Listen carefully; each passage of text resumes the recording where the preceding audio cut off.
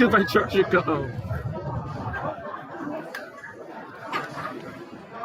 Where did my charger go? I can't find it.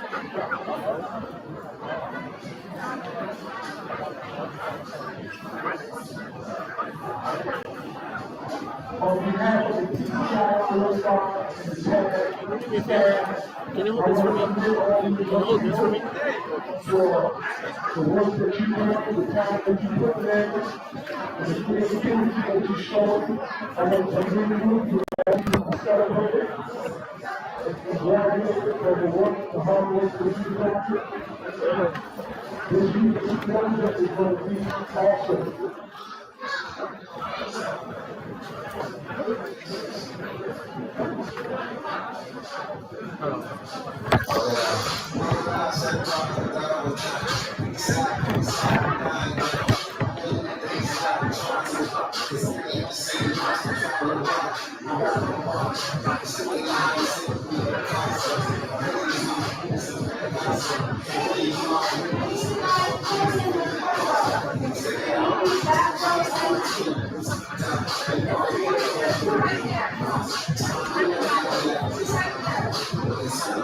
But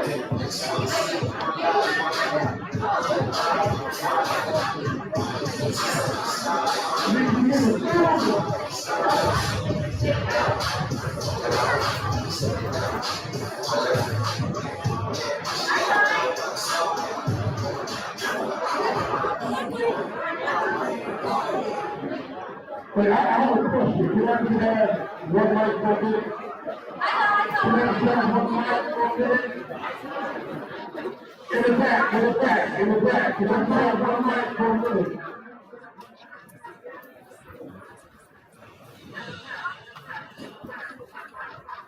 Okay, we have about 10 minutes before we get started. But I need to find out who in here is real courageous, and don't mind expressing themselves. We're going to throw on some music, and I want to see, I need 2 people to come to the front, and I want to see a dance off. I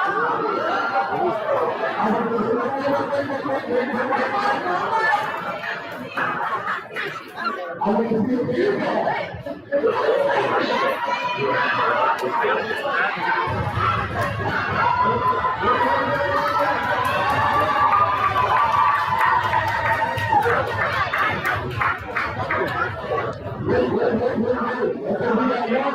We got one person. You want to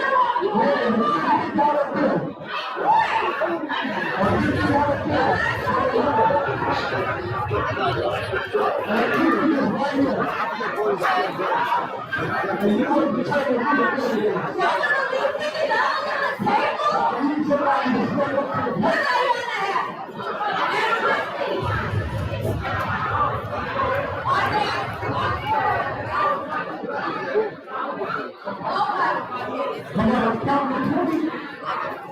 Let's start to play and deal about the table. You want to count people? Thomas, you can't start. You have to dance.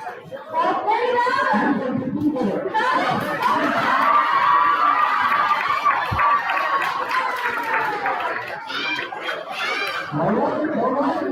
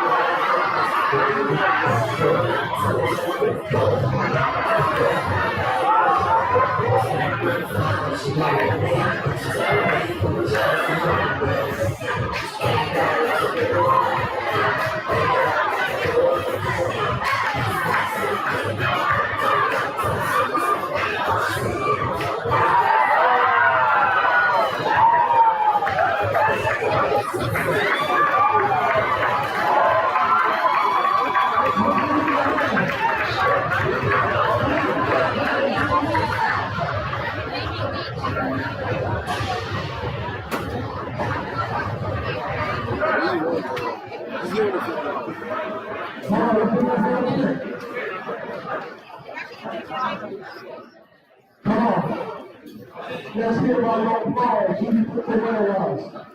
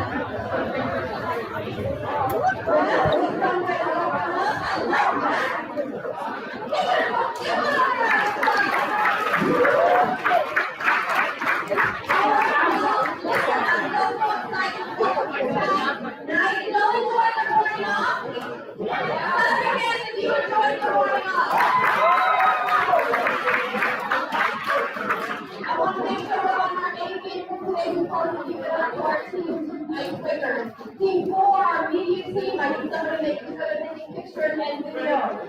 Right? I need to make sure we're engaged. We're going to have a lot of fun.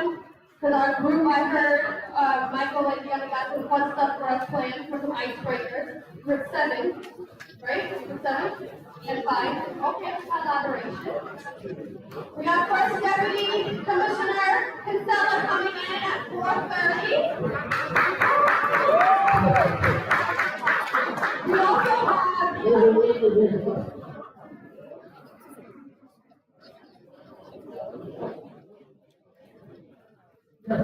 So, just real quick, I want y'all to be reminded, I think it was one day that you finished an assignment to research and to look up the commissioner who's going to be here today. And did that for a reason, because we want you to be engaged. We don't want a lecture, we don't want her to come and talk to you like you're students in college. This is your opportunity to get some questions and concerns that you may have, and that you know other people in your community, in your surrounding areas might have concerning your safety. This is all about your safety. I want you to keep that as a focal point for tonight, because she is the first deputy commissioner of NYPD. She is right next to the police commissioner. And she is very, very open. She's very transparent. You're going to find her to be real engaging. And so I want you to come with questions. I don't want her just to be up here talking.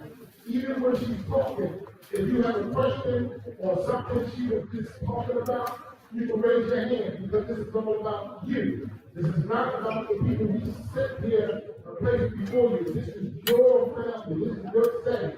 And you have the right to question anything and anybody that comes up here before you.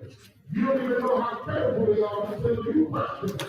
We just have somebody come up here just to blow smoke. That's not who we are, that's not what we're all about. So we want you to take advantage of the opportunity for these are individuals that are in high-ranking positions around the city that's making decisions on everything that involves this city where law enforcement is concerned. And so if you have concerns about how things are done in the police department, your safety, things that you witnessed and you experience yourself, this is the time, this is the moment where you can express yourself so you can let them know how concerned you are about your own safety. We understand that? Is that agreeable? This is not the time to be shy, this is not the time to be quiet, and when you leave out here, you want to talk about what's your place. And this is the moment of opportunity where you can bring your questions and your concerns, even concerns of others, your family members, anybody that you know that had a question or concern about the way our city is being ran, or the policing of our city, or anything like that. Maybe something you don't want to get into law enforcement. She can help you, she can advise you. She is personal like that. So you have an opportunity. Letter of recommendation, not even getting in NYPD. I think understanding the credibility of the way that was for college, or for any law that you want to move forward. So it's not just about the NYPD, it's about her career, it's about what she can do for you, and you'll find out that she'll make herself available. I also want to say that 4:30, right around that mark, we're gonna be having a wave of people coming in, other young people, other community members. This is our house. It's our job to make them feel comfortable. You understand that? So we want to make sure when you see someone that comes in, you're inviting them in. If you have an empty chair, go grab them, introduce yourself, have them come get here or come sit next to you. We want them to feel the love that we have, even if they're just here as a guest, okay? Also, we are not finishing after TAG, so there'll be a lot of other people that are gonna be here. So when we finish TAG, it's not an okay to just leave. We have another event that we're gonna go to as a group. So I want you guys just to stand behind. We are gonna stay until the 2 o'clock. I just wanna make sure that I'm. Okay, spoiled. No, I would want you to sleep now.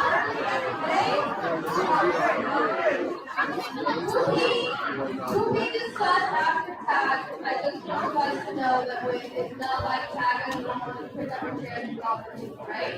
So just stand behind. We're gonna clean up the space, and we're gonna don't be fun, it's gonna be nice. Don't worry about that. Is that fair? Also, really quick, on a housekeeping note, because I won't be able to say this later. If you are with Rose to Success as a provider, you have a mandatory event to your providers that you have to attend tomorrow. You are exempt from doing virtual. So you do not have to do the virtual assignment that's going to be sent out. You have to show up in person. Fun note, both hubby and I represent our messages will be there as well. But you do have to show up, and that's what you're provided. That's way out of my hands. I tried to fight with you guys to make it optional. I couldn't. All right? Make sure you put it in your hours, and let's have some fun. So, are you good? Anything else from you?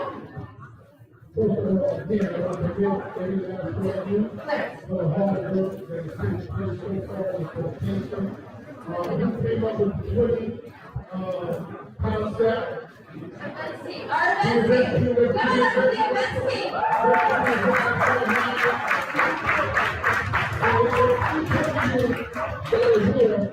We're all welcome to come up and bring your creativity and bring your ideas, because this is the time and this is the space that you have to practice for your future. Whatever ideas you have, whatever concepts you have, whatever thoughts you have, this is the time to do it. And I want to say this too.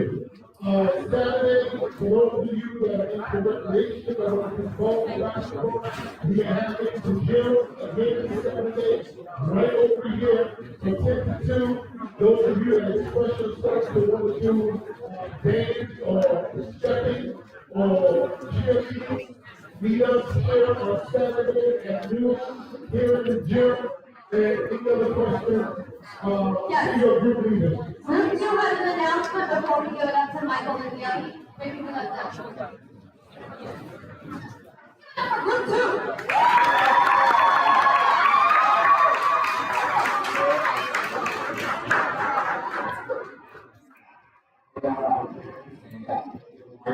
So we're group 2, culture culture, and I don't know if you saw some of it yesterday that we came up to y'all talking about youth exposure, whoever wanted to perform, dance, or do whatever type of event that y'all want to do. Whoever wanted to sign up, please raise your hand.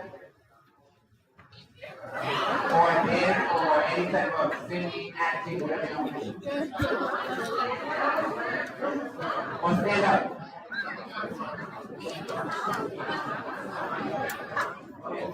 Just after the bag about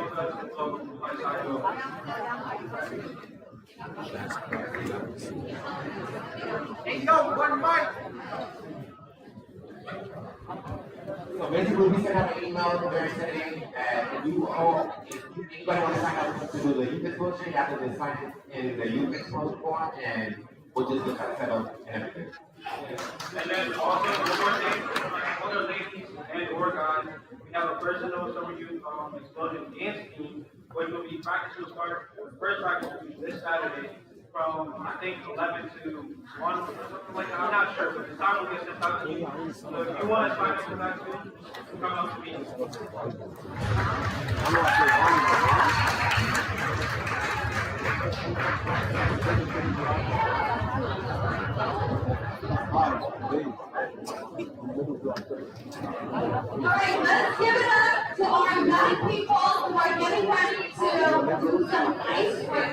God. We are the end of Michael. You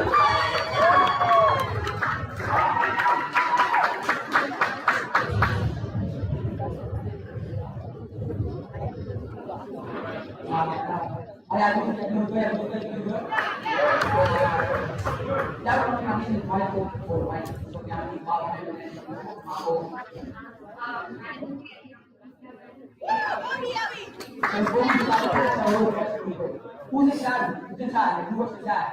Is that him? Who works inside? Who works inside? So, what is that? What is that first paycheck? They might ask. What is that?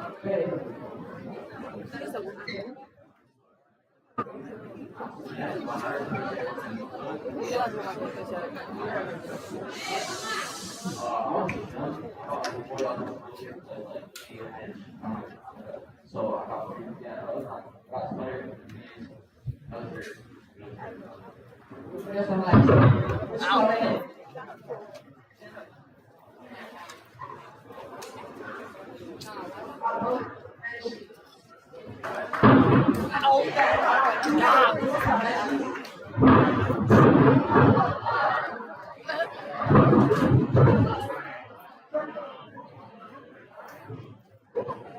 I had this look at both ways.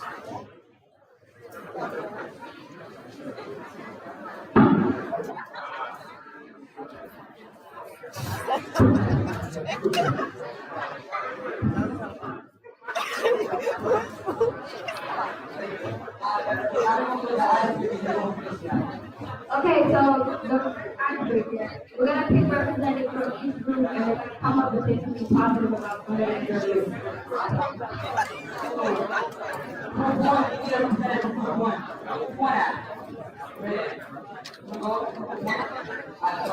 For group two,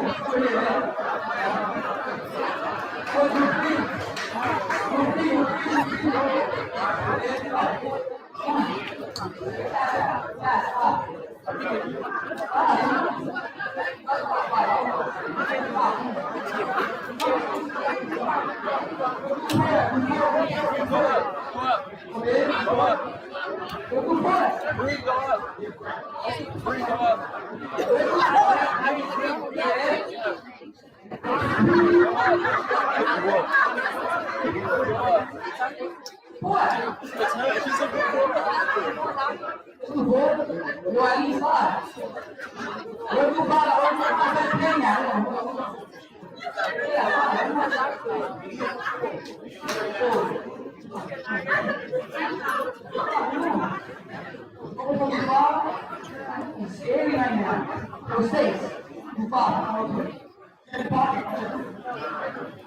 Who says? Who says that? Who says? Who says? Someone's up there ready for They're right there, right there, right there. You right there. You right there, right there. Who says that? Mine. Who says that?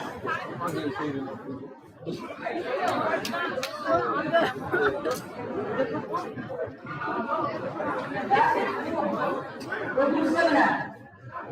Right here. You ready up here. And that's who. That's who. Ready up. Okay. You ready up? Move up. Right here. Come on, right here.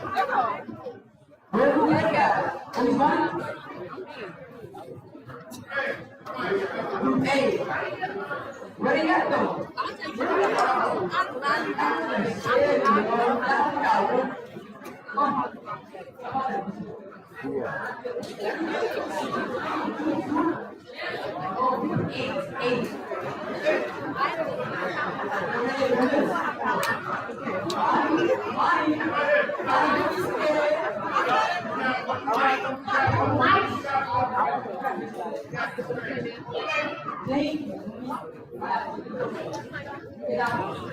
Okay, so we're gonna so you want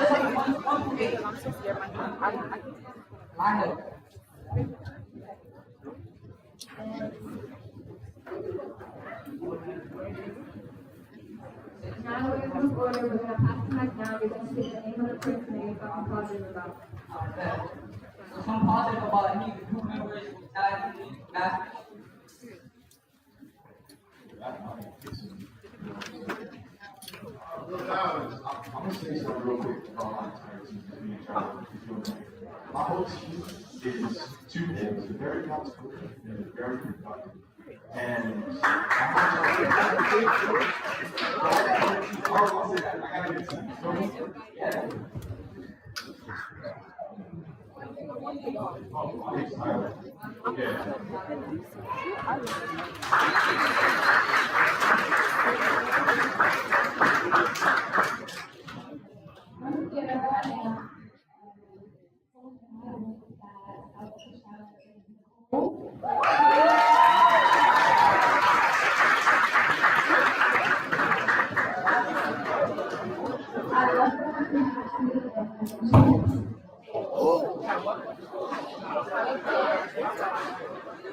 She lights up the room when she walks in.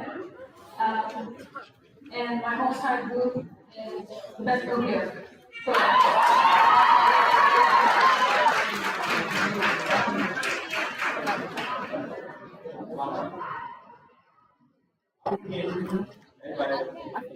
Anybody wants to say that? Anyway,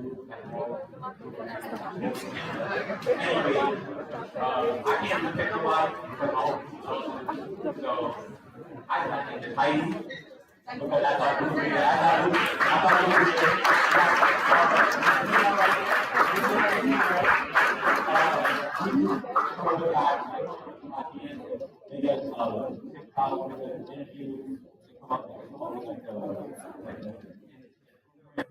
and they grew all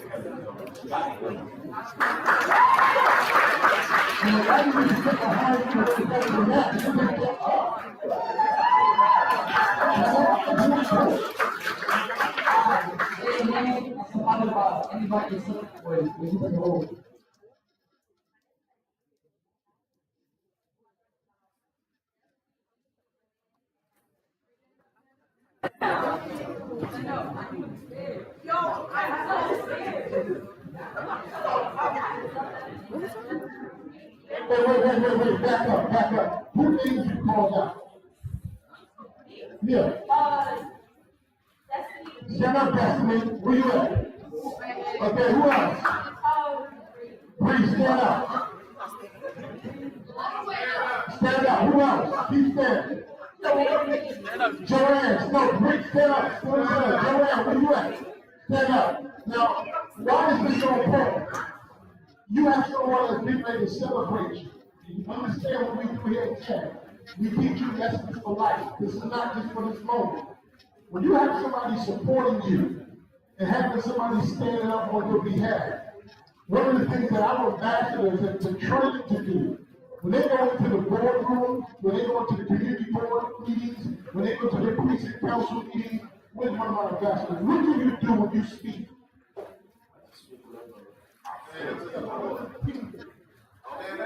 Together, once one person gets up to speak, we gotta get up. No matter how long it's okay, everybody gets up to the person who's up to. Because you gotta understand something. Keep standing. Don't sit down, keep standing. Because you gotta understand the power of supporting one another in life. It's not about this moment. Because when you have somebody that represents you and you sit down on them, it really makes them feel real weak. The confidence comes when they see their team, when they see people supporting them, and they see people standing with them. That gives them the confidence, that gives them the courage, that gives them the boldness to convey a message that you want them to convey. So we need to understand how to support one another in life, not just here at T.A.G. T.A.G. is your training ground.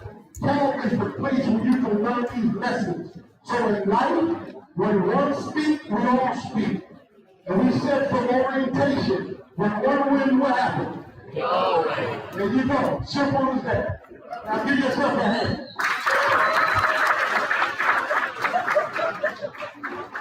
That's all?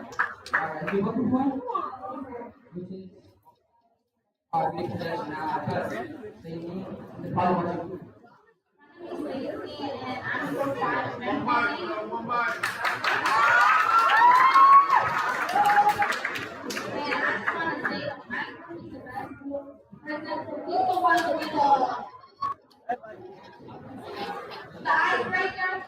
everyone that are planning the youth exposure, we're doing everything here. So without us, there's no nothing.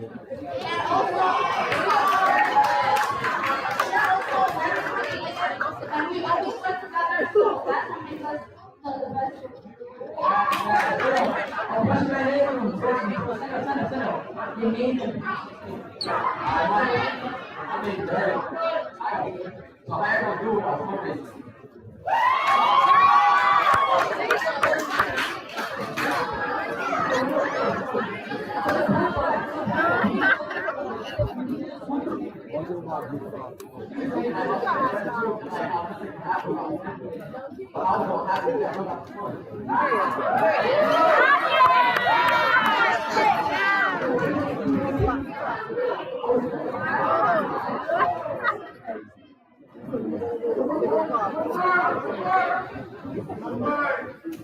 And that's exactly why I said that we always work together as a team.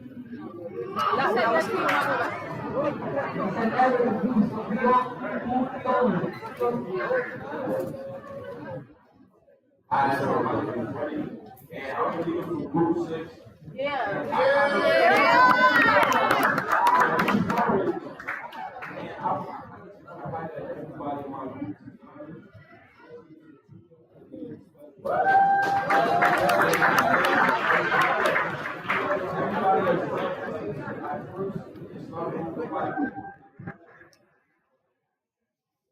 Everybody has something to do now. Even if you don't want to do something one day, you still make yourself productive. So I just want to say, I'm out of my group. I think it's still the best group to be honest.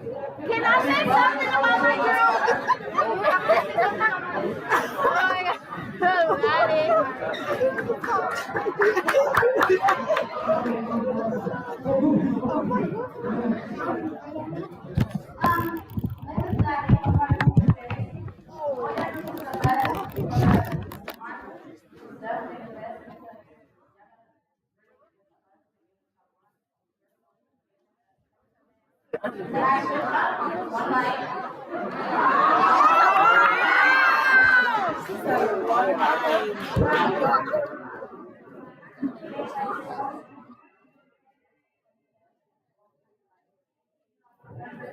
After I kind of keep up, we do what I'm saying. So without fundraising, you guys will be coming here to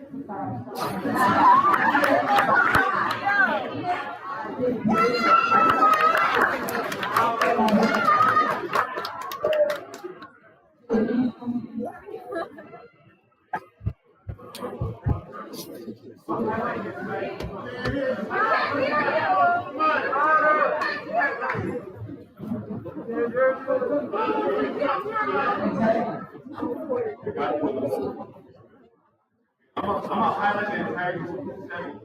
I figure y'all ready.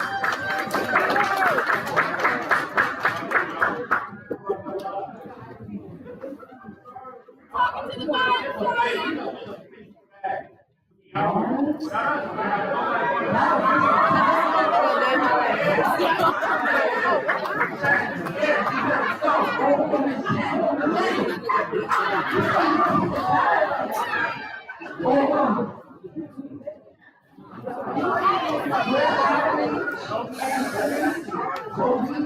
Not to say that y'all not in the streets, but basically, not that we're doing something now, because we're working towards something. But on an everyday, 365 days a year, community and outreach is out in the streets representing.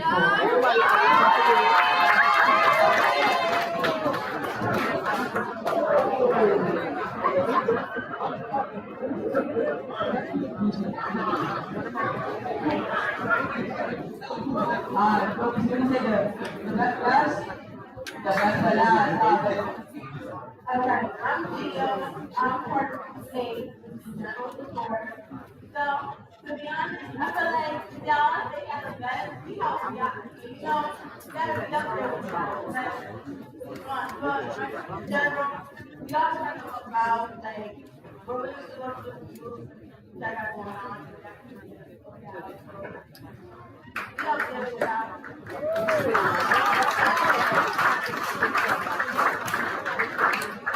Yo,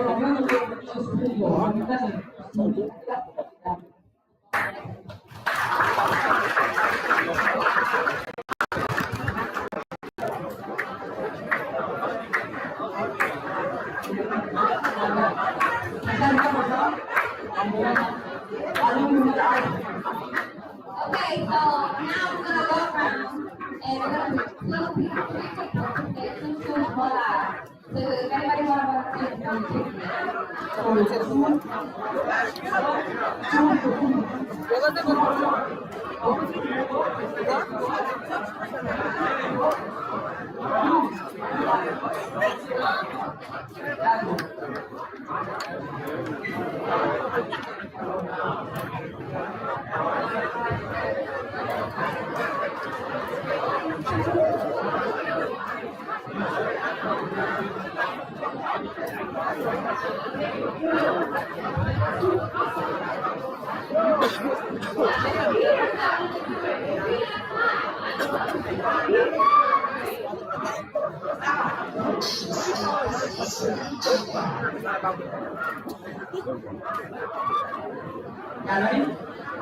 Okay, so we have Brianna and I have a better one.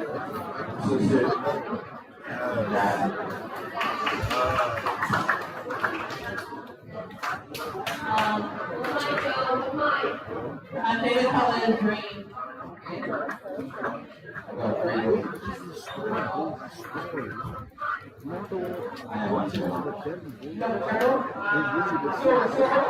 So color is green. Two dogs and a monkey dog and a turtle. So we are thinking smart. okay, so y'all think she's lying, raise your hand. If y'all think he's lying, raise your hand. He said three dogs. Three dogs right here.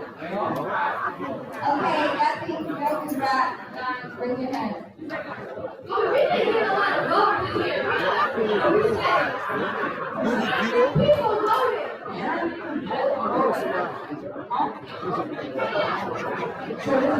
Stand up, guys. Please, show me. I'm about to tell you how to do it, but I'm going back to the chip, right? Like, what's it called? Yeah, somebody.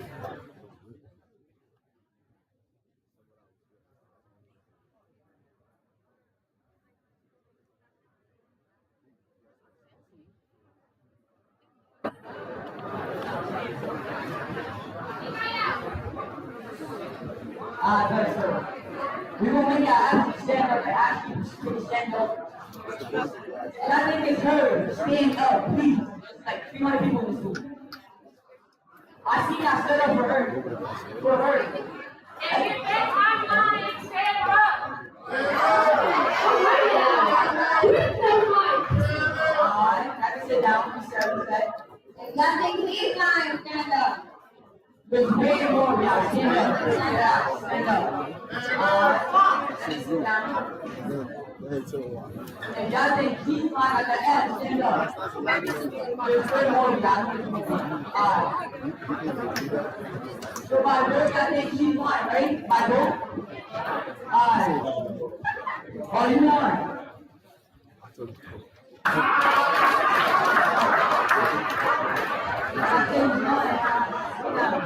I need three more people. Move it.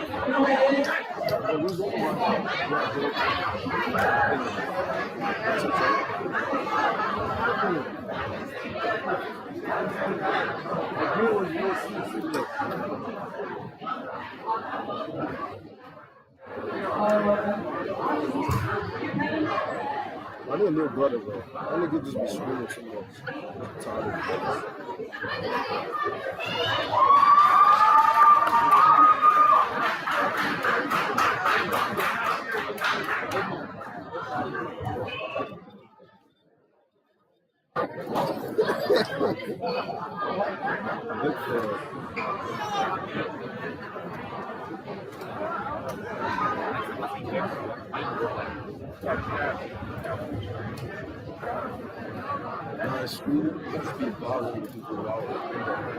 Okay, so we have I just be so bad.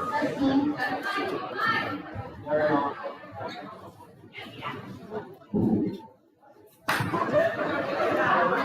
Alright, say your prayer.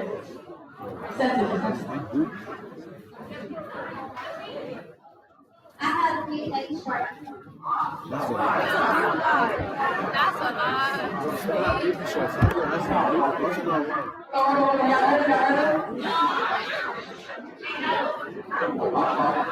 Got 5 siblings. That's right. Easy. Alright. Y'all think she's 9, stand up. She got 3 strikes. 3 strikes. 3 pet strikes. 3 pet strikes. And the NYC opponent vote, that's big. That's the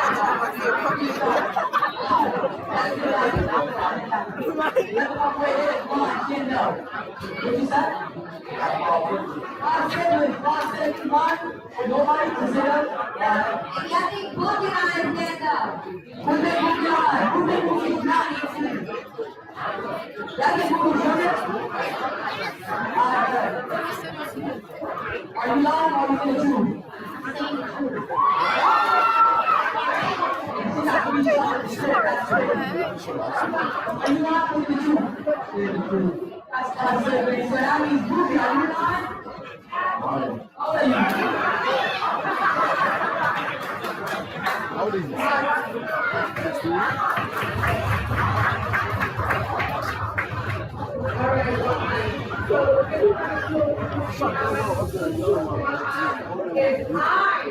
'Cause I'm gonna say to myself and you're not.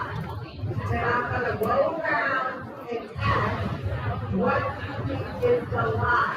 That's how I'm gonna say. Okay. One lie. Come on, send it up, baby. Honestly, a missionary, right? President, a missionary with it.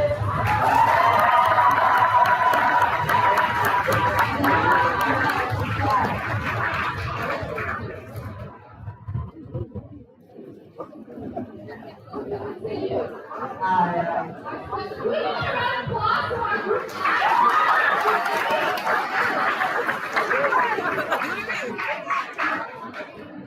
I'm so excited.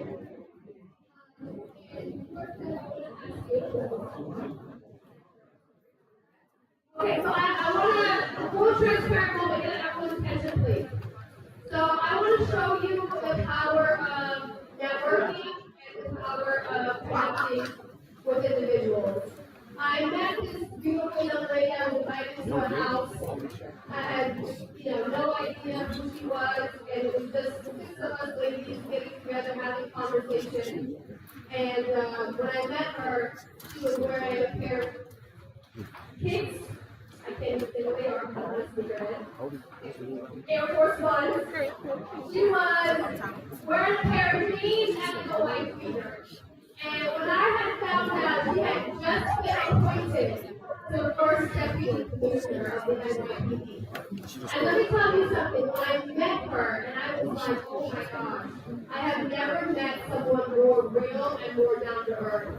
We had an instant connection because it wasn't about the title, it wasn't about the job, it wasn't about the salary. It was truly, I had met someone who I could just relate to, a queen. Someone who was grinding to make it happen, a mom. And when I tell you that we connected. And fast forward now, it's been like a year and a half, and this is her second time coming to T.A.G. And I'm so excited, but I want to share with you something. If we had not been open to having to networking, getting to know one another, she wouldn't be here today. And she has been instrumental. When I tell you that for our youth explosion, the reason why we're having the NYPD game truck and the rumble and the food and the water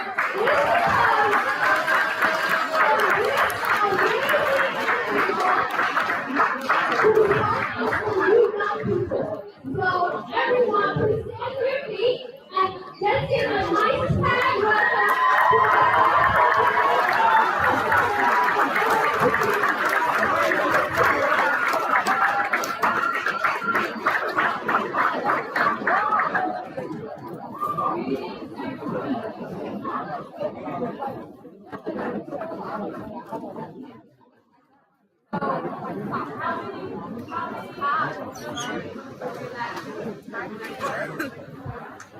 How many years after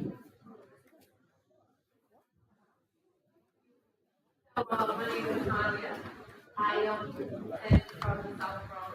I was born and raised in the Bronx.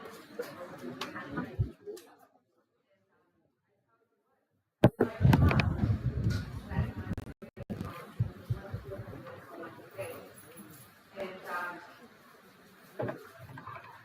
I didn't have but I didn't have regular. So when you think about homelessness, you think about something that's negative, right? How many people think about homelessness as negative? It's okay. You don't have to come up with it. And that doesn't mean it's bad. I think there's more people in that, but that's understandable, right? You wouldn't know. You wouldn't know that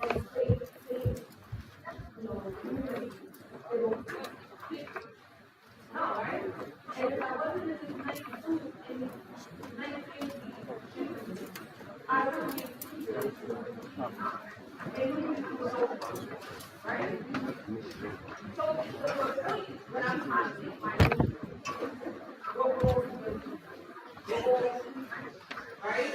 And what you do is my life. So again, I was raised in a really bad part of South Carolina.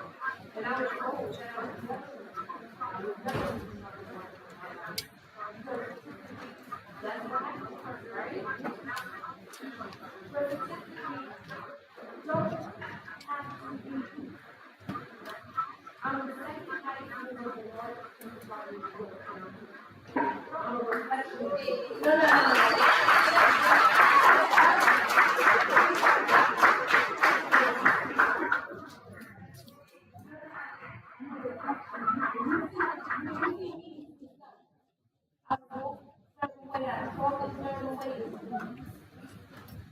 I went up to West Point, sergeant, lieutenant, captain, deputy inspector, inspector chief, being the county, the new girl in the Bronx, that was told that was never going to.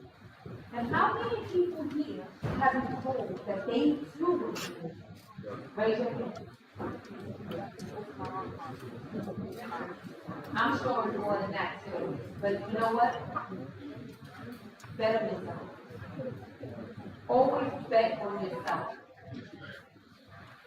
I was a young girl going to Jane Addams. I could have been some girlfriend knocked up at an early age, then eventually becoming a single parent because he's in jail or dead. I could have been that. But I chose to go to John Jay, get a degree, thought I was going to be a lawyer, and God said, "You have other plans for me." And I became a cop 21 years ago. Right? But statistically, I wasn't supposed to be where I'm at. Statistically, I'm not supposed to be the second person in charge of a police department. Second, that's what I said. I just want to say, I don't think they understood that. Let's just break it down. She is the second in command, not just for the NYPD, but the largest law enforcement agency in the country.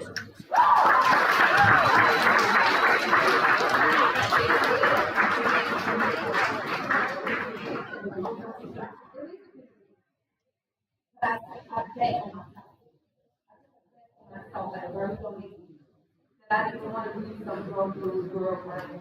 I didn't want to put my life in the wrong way.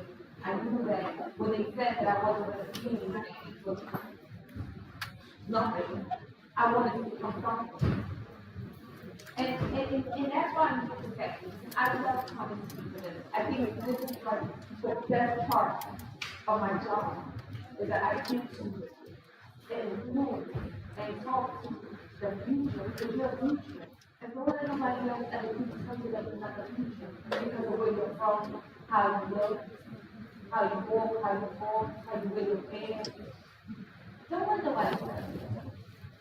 Because we're in a society where people put us in a box and tell us we're from such and such where we people nothing. No, you're somebody. But becoming somebody and betting on yourself is not easy work. It's hard work.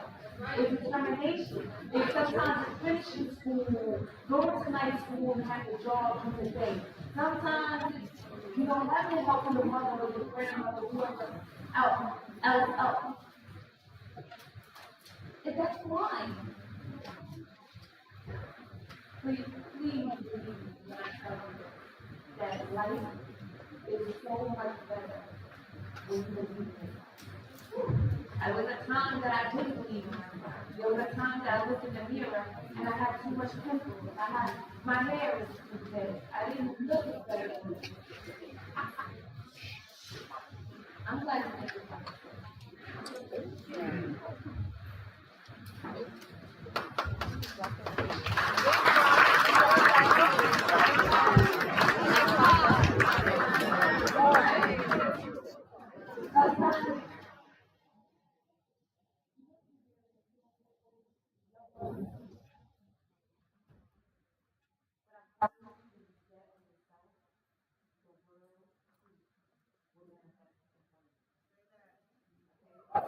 I just a little girl from the Bronx.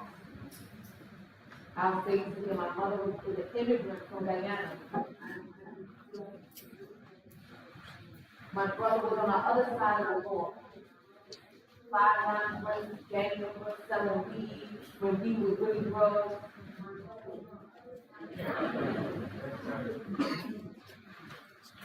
And it was me. You know, I knew that I didn't have to put my brother through stress or what my brother would put my mother through.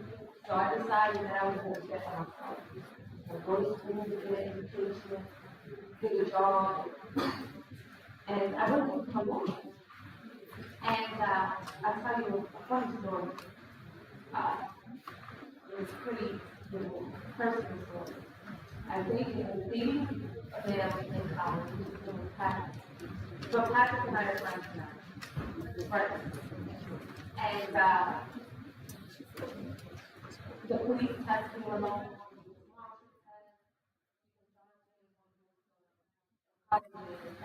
For law enforcement. So one day I said, well, let's take the police test. So we took the police test, normally we took the police test, I'll never forget, it was a rainy Saturday in the city. A few weeks later, the police department called me and said I had whatever I got from it. And I was like, oh wow. And I was like, how much is it? You know, yearly, you know, like $36,000. I'm living at home. I had no bills, $36,000 was like $20,000. And I said, why y'all? So then I went back and I told Patrick, I'm going to become a cop. He laughed. And he said, no, you're not. And I said, yes, I am. And he was like, and then he said, well, even if you do become a police officer, you'll never be nothing more than a police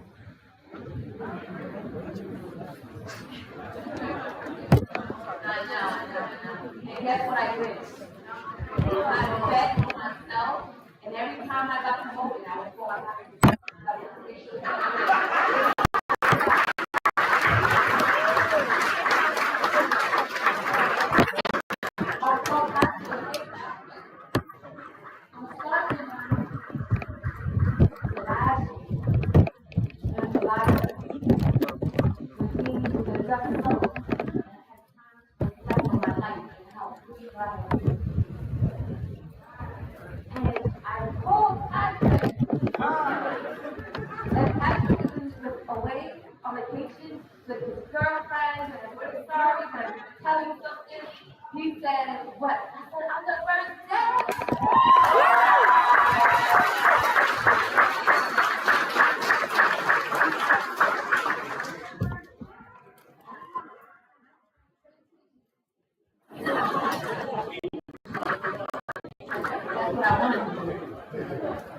But the point is that every step of the way, someone told me I couldn't do it. When I was in the one school and I was in the P1, I used to hear people say I'm a ghetto CEO.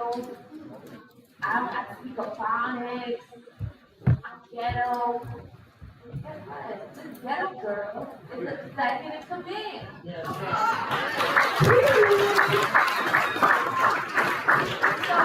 So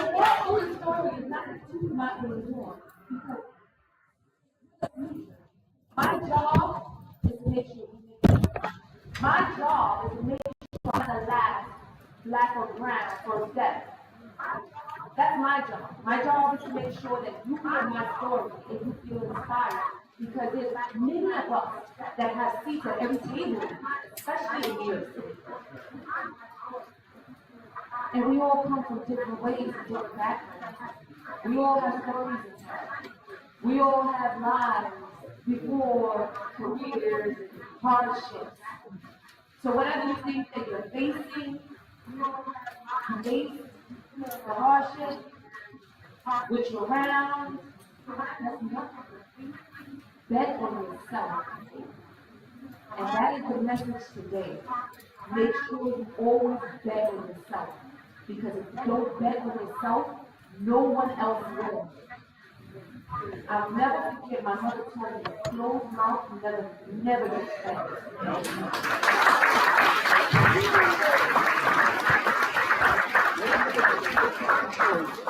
So finish school.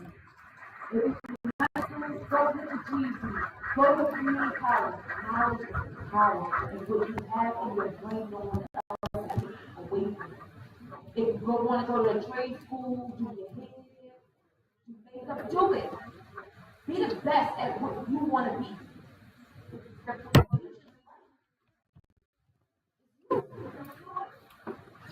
Tonight, look yourself in the mirror and say, I'm the future.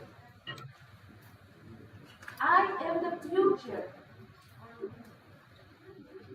Forget what anybody else thinks about you. You are the future. And what you want to be and do in life is entirely up to you.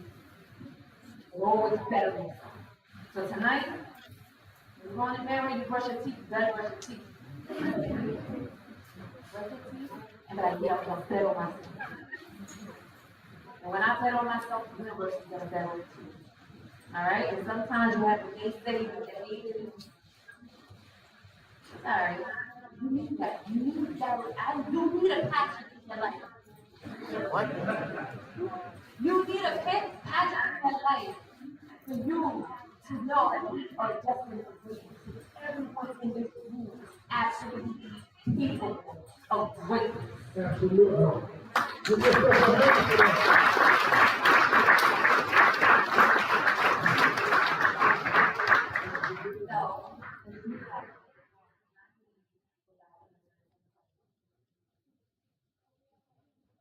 For those of you that have questions, just stand so we won't miss you. Stand up. No. Keep that.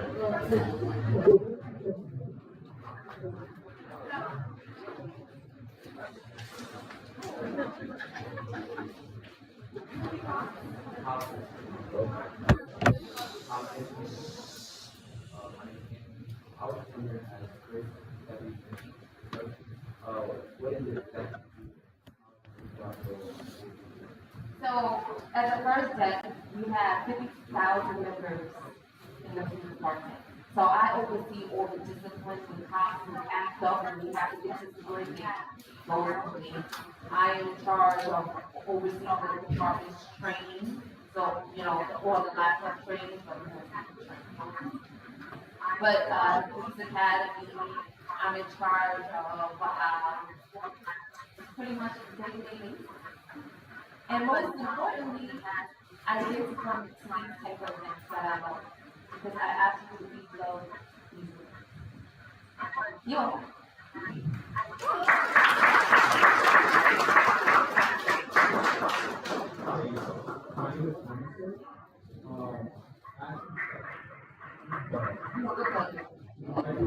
Come up here.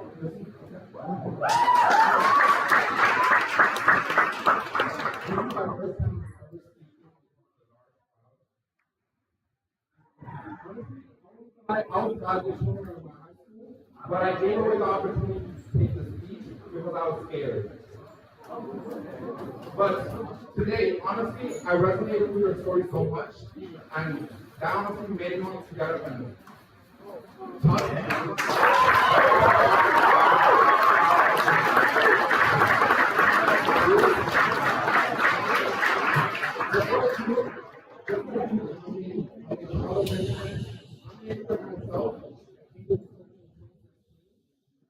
I had moments where people told me I wouldn't make it, honestly, even my own father told me I wouldn't make it. He's wrong.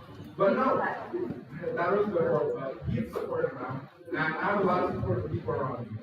And honestly, I just started my first year of college a few weeks ago. And when you talk about betting on yourself, resonates with me so much because I was looking at the statistics. I want to be a software engineer, but the market is so bad right now, barely even 20% of people with a bachelor's degree in computer science don't even get the job. So looking at the statistics, I wanted to honestly give up. I wanted to change my major. But now that you told me betting on yourself and proving the statistics wrong is so important, I want to, continue. I'm honestly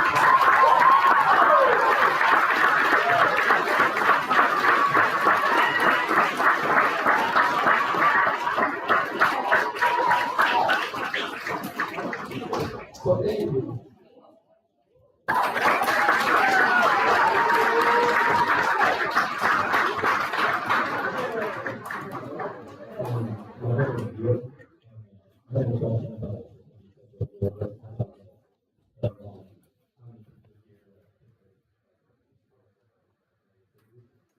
I was gonna ask, I know that you're probably not someone like this, but how is this trust the system and trust the police force because there's so much corruption within the system, especially these days.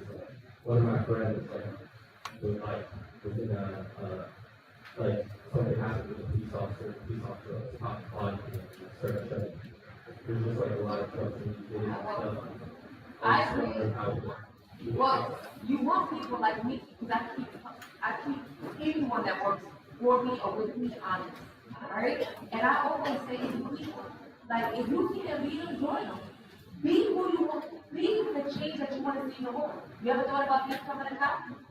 Yeah. That's it. So then, or NPI agent, then become that. Become what you see in the streets. And guess what? Cops don't have as much freedom as we think we do. We have CCRB, we have a lot of different agencies that oversee us in our legal process. And we do not stand for that. And also, there's a lot of people that think that police officers are not doing it. Exactly. But John,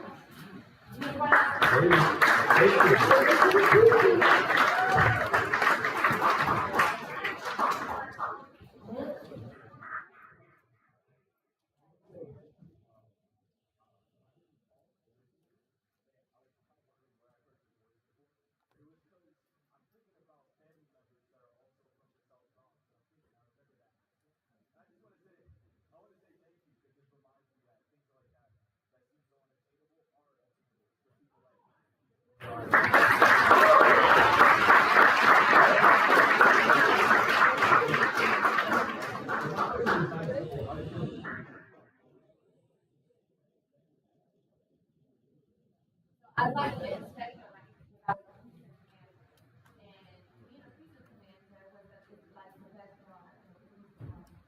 Not only are you making a difference in the police officer lives, but you're making, a difference in the community's lives. So who you are as a leader is the community's resident, and I love that. I love, traveling out with the community. I used to have community members have their meetings in the hospital. That's how much they entrusted my precinct because they trust the person that led it. And the leader, everybody else follows suit. So it was a great rewarding job that I had this far. Thank you.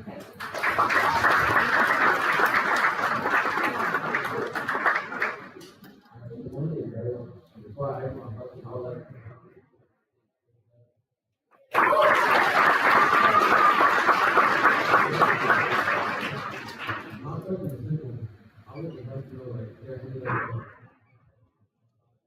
But guess what?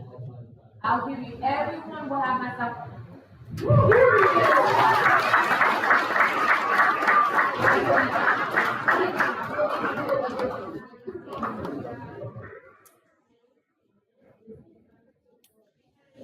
One more.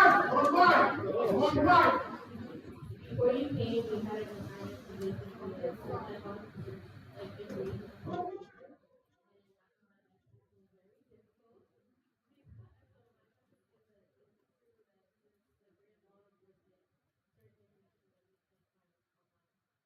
Well, you shouldn't know where I live, right? You shouldn't know my personal information because I don't want to know yours.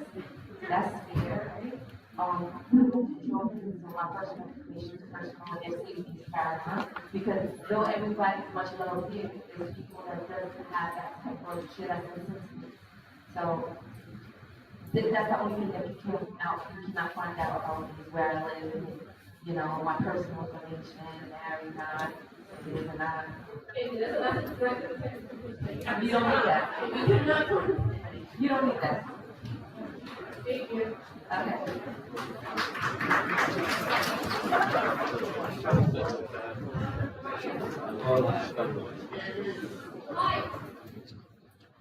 Hi, I'm Lee.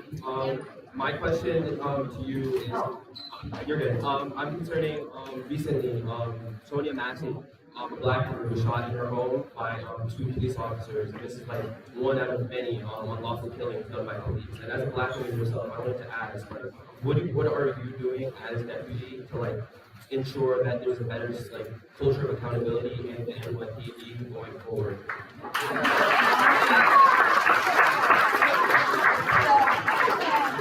Number one, you are right, I am black.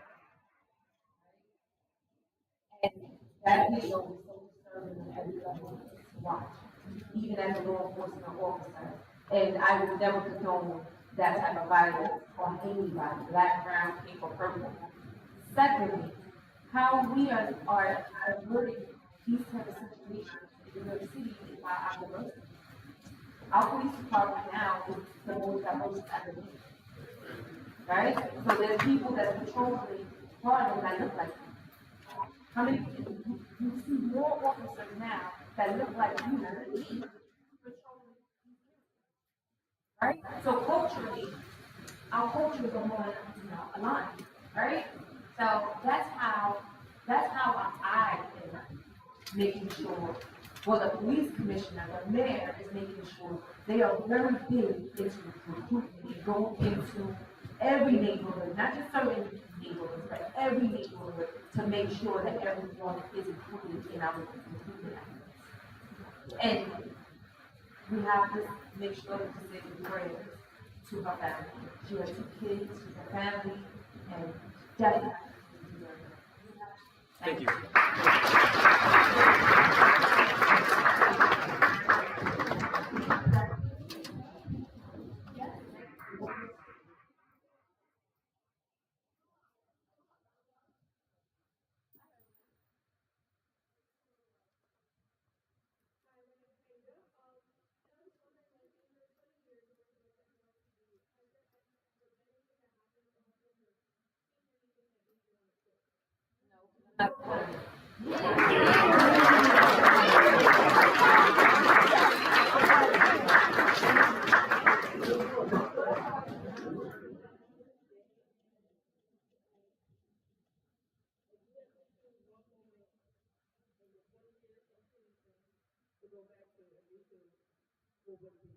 I can't say it here because it's inappropriate. But maybe not. But if I could go back and take it back, redo. Oh, nothing. Because it was meant because always going to be the best. It was meant because always going to find me. So there's nothing that I would take back. There's nothing that I would do because it was all written.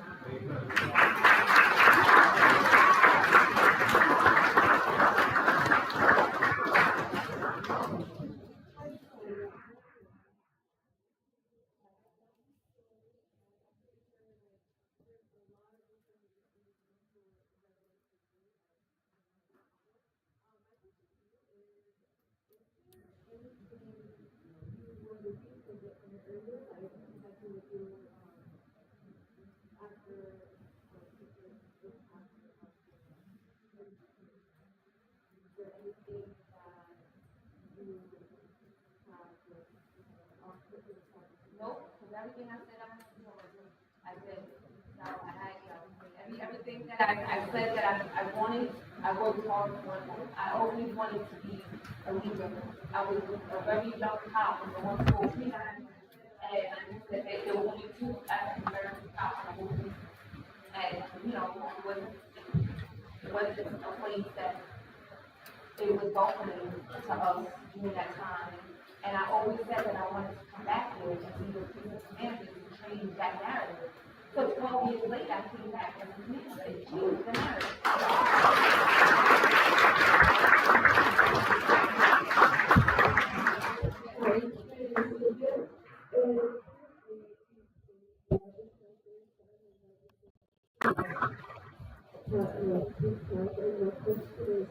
At the fairness of the Commissioner of New York, how often are the investigation efforts and protocols updated to ensure availability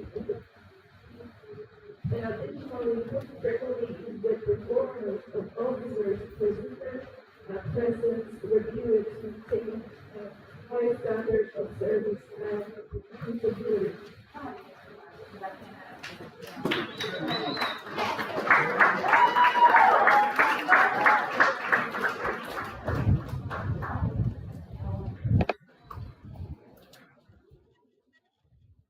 As the first deputy commissioner of New York City, how often are the investigation networks and protocols updated to ensure they are being effective? That's every day. Every day, our investigations, every day we learn something new, every day we try something new, every day it's not a day that we don't every day. Trust me. That was my day today.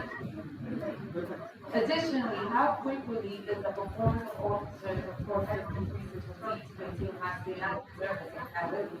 So they get annual evaluation. No, right? Quarterly, right? Guys know that? Quarterly evaluation?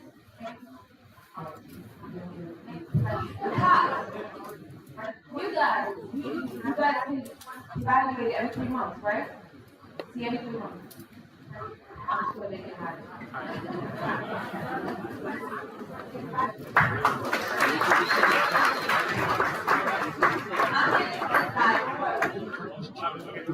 My question is,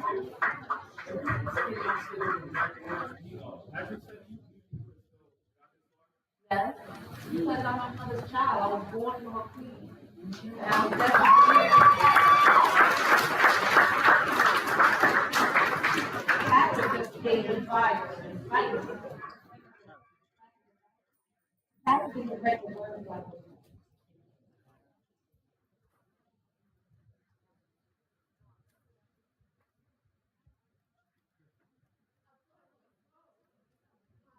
My name is Chloe. I was just wondering if, like, while serving time as an officer, did you experience any issues or discrimination? Yeah, like I said, the one to person. I was not welcome, well received there.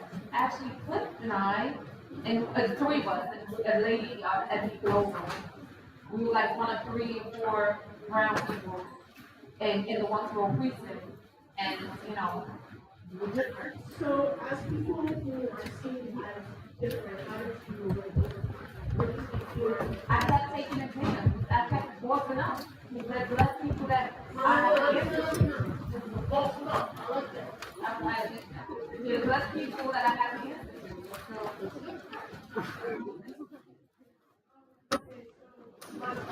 for any other African American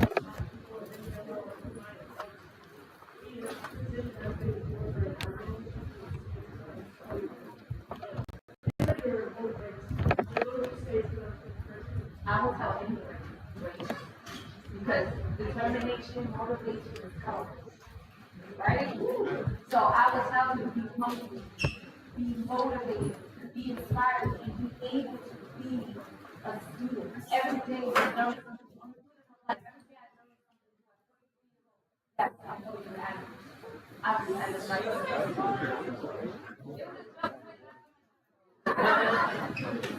at 43, I'm still learning about life. So always be open and always know that you're gonna fall.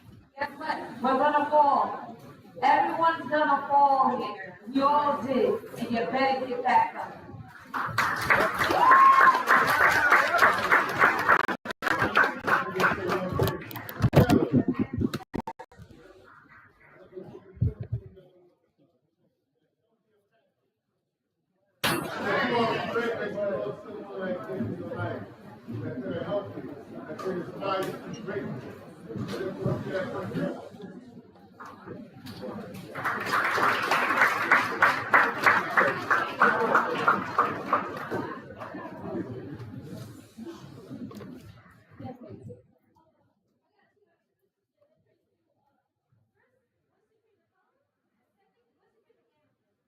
So my favorite color, I'm a typical girl, I love pink.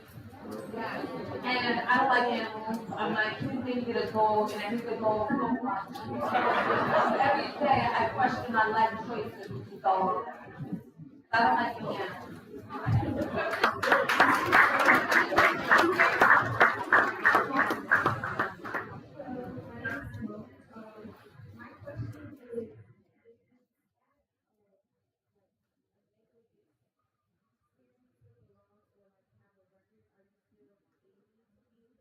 Yeah, you can't be a felon convicted felon, obviously, right? But yes, I've known out that have people that made a mistake, if they were, able to come. Yeah. What's the difference between the colors of the shirt? So the white shirt, you can lieutenant or above, whatever you can see. Captain. And the blue shirt has to be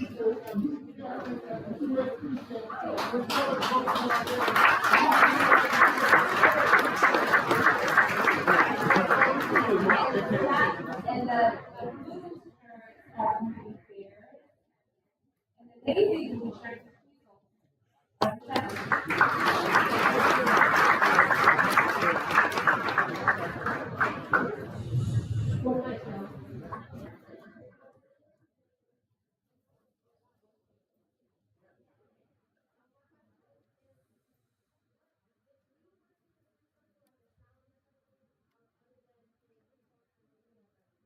I love to run. I run every day. Yeah, I run long distance. I run marathon. I run every day. If I pursue something, it will be running. Yeah. You were here last year, right? My name is Melissa, and my question is, how do you feel about like defunding the police? Because I feel like a lot of money goes towards things that don't really like keep us safe, like taking the train. I put a lot of money into like fair evasion, money that's going to be safe, and I just want to know how like you being second command, how do you like want this person to make sure like it's actually being used appropriately? So you're right. That's a good question. This is defund the police. You can let the police, right? So let's protect you. So. And fair evasion, you have to pay your fare, right? I have to pay my fare. So is it okay for the fare invaders to jump the turnstile and it's okay? I'm not saying like making sure that doesn't happen instead of trying to keep us safe and trained. No, we stop millions and billions of dollars actually. We're down at 23% in crime. There's just people like punching women on the train, people start fighting, and I just feel like, there's still people smoking K2 on the train, so there's just certain things that I feel like. And this is why we can't defund the police, right? No, of course, that's why I asked how you feel about it. Because I'm not saying you have to defund it and like take it away, but just first and foremost, like needs are met. So earlier this year, the transit system was experiencing a lot of crime. Computers didn't feel safe. So with the mayor's help and other city agencies, we were able to bring back crime and bring down crime, but we had to put money into the system. Everything's money. That's why I just wanted to know how you feel about it, because it's a broad statement, like, everybody wants to be on the police, I'm just wondering, like, how you feel about it, and what you consider to be policies, so, basically, my money is just over and actually. Thank you.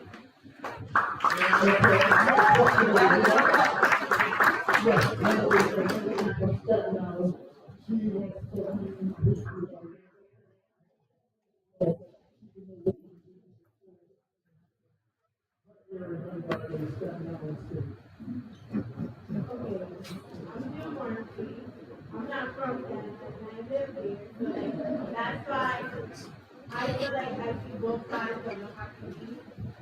Because I'm originally from Harlem. I'm originally from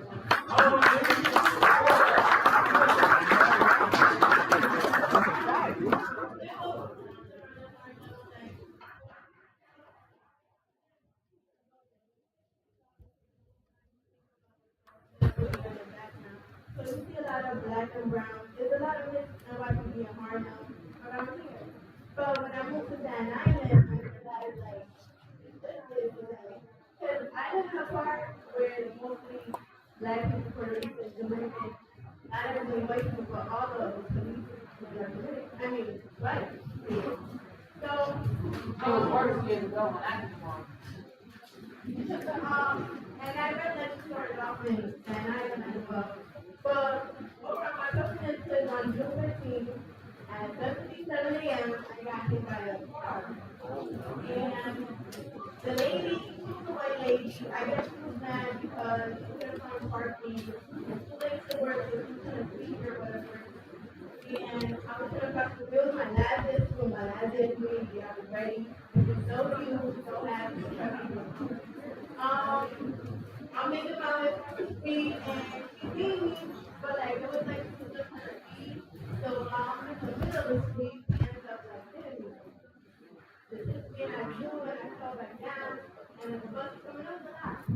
But when that happened, she didn't care about like if I was good, whatever, she just let me beat. So when I thought about somebody to come out me, like if I was doing some shout, the police, like actually they took 11 minutes, 11 full minutes to get there. The ambulance took another 5 minutes to get there. When the police got there, I was unconscious, but I actually like took the time and stuff. And they asked like the white lady her point of view or whatever, but they never came to ask for mine. Like it didn't care. So on the paper, the police thingy, it came out as car accident, young black girl, practice government, like if I was to put myself, like it was just that.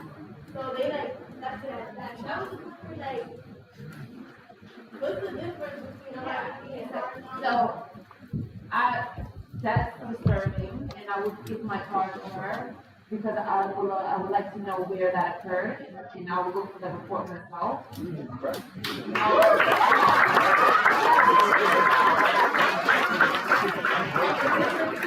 Harlem and Staten Island, you know, Staten Island is not, Staten Island is not as diverse as the other borough. So a lot of the officers that are working in Staten Island, that live in Staten Island, are Caucasian. I want time for one more question. Yes, please. I have one question. So I guess, one of my students said that he was in the grant. About that, you agree with that? If so, I'm sorry, repeat that again. So former President Trump, he said he wants to give police officers full immunity no matter the charge. Do you agree with that? If so, No, absolutely not. why not? Because we all, including the police officers, we're not immune. We don't have immunity to do whatever the hell we want. We're governed by law. And I would never stand for that. We don't want that.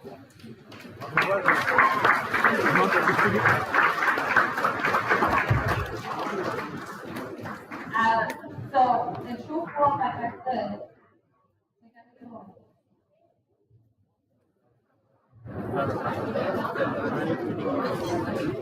We're just gonna shut it up.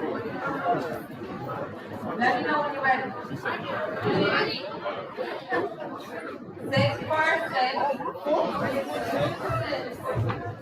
499-1745. 45. I got you.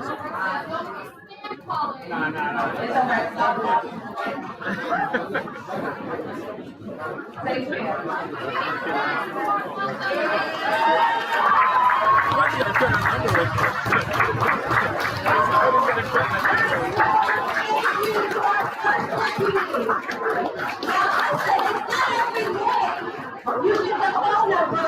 of the NYPD's first deputy commissioner. So keep that in your back pocket.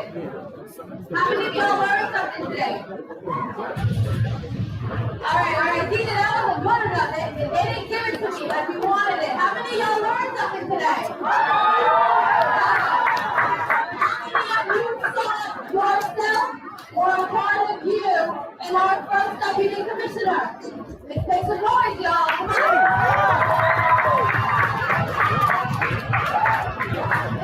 This is the beautiful part of TAG, is that you are able to see something in every single buddy, for every single person. All right, question for you guys. So that question for you.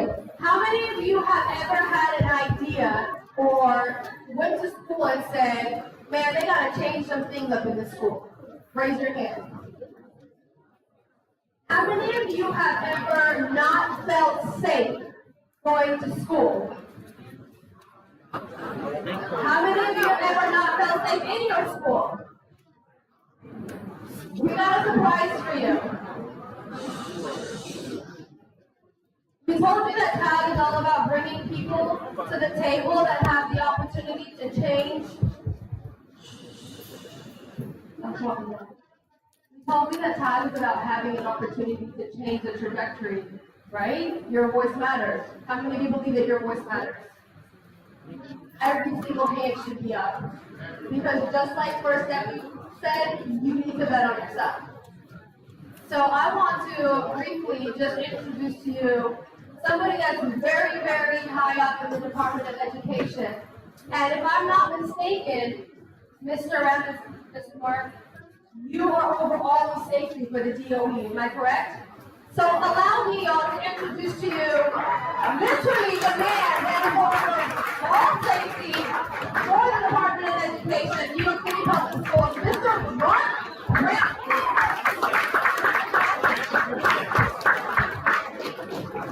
Good evening. Good evening. Oh, okay. Let me ask you a question. How many of you are here to bet on yourself? That's not 100%. How many of you are going to bet on yourselves? Right? As I listen to the Deputy PC give you this great advice around how you are going to bet on yourself, and you should bet on yourself, I'm hoping when you walk out of this room, you feel the need to do exactly that. As shared by my friends, and I appreciate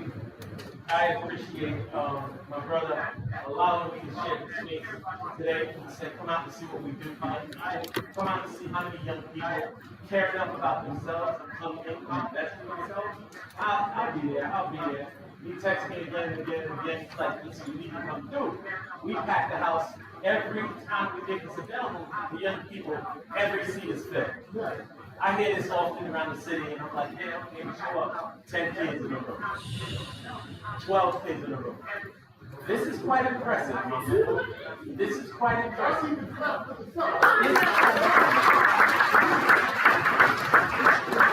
Because you can be anywhere else in the city right? Again, my name is Carl Frankenstein, and I'm the Chief of Safety and Prevention Partnership for New York City Public Schools. Under my direct purview are the following: safety and security, bullying, LGBTQ, suspensions, an initiative called Comfort Dogs. Anybody played for the PSAL when they were in high school? Right? PSAL forms under my direct purview. And a bunch of other things that I'm going to mention. But one of the things that I'm responsible for in New York City Public Schools, and it's not a popular topic, and I'm brave enough to stand in this space, especially with all these police in the room now. I'm brave enough to stand in this space, and I'm going to ask you guys questions, right? Because you live in a generation where this is important, this is most prevalent. We in New York City Public Schools are about to make a decision. We're about to make a decision that's going to impact, and it's not going to be popular at all. But the reason why we're embarking in this space is because we are very much concerned about your mental health. We're concerned about your mental health. And I know that many of you don't believe that, like they just want to, but here is what we are grappling with right now. You're going to read about it in the newspaper, You're going to hear about it from your friends. You're going to hear about it on social media. And everybody's going to hate us because we're taking on this task. But we're about to have a conversation on whether or not we should, as a city, disallow cell phones from our schools. Whoa, whoa, whoa.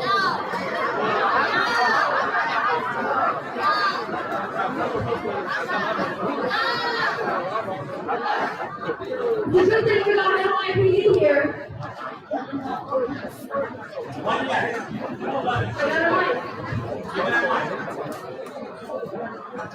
So listen, I want to have a respectful dialogue with you around this, right? Because I got to go back and I got to talk to the chancellor and the mayor about what young people feel about this, right? And so I appreciate you being brave enough to stand in this space, right? Because you're the only person that said, all right, everybody else is like, no, no, no. But what's interesting is we're going to pass the mic to a few of you, and I want each one of you to listen to everybody else's reason why they believe they should have their cell phone in school. Now, I want you to really think about it and make sense out of it, right? You go to school to learn. How is your cell phone helping you in that space? Just think about it. For those of you who get the mic, right? Please let it be heard. The reason why I say yes for the simple fact of Saturday, I have actually witnessed many people who actually killed themselves due to cyberbullying. Most of them belonging to what we call the popular kids. Basically, go to the nerves, doing whatever, and showing that off. Talk about she's an op. She's a fox. She's a thot. You know, she killed herself. Hold on. So for that reason, I say, this man self-fulfilled. Thank you. Hold on. So, show of hands, how many of you are New York City public school students? Show of hands. All right. How many of you currently in your school, in a school, New York City public school, where they currently collect their cell phones? Stand up. All right. And in the front, you said, sorry, you said you? All right, stand up for a second. That mic. All right. On this side? Where? All right, yeah. We'll start with Tiffany right here. Right here. Yeah, I'm sorry, I'm picking you because your hair is good. So go ahead. Tell me about your feeling about that. Tell me what school you attend and how do they collect your phone?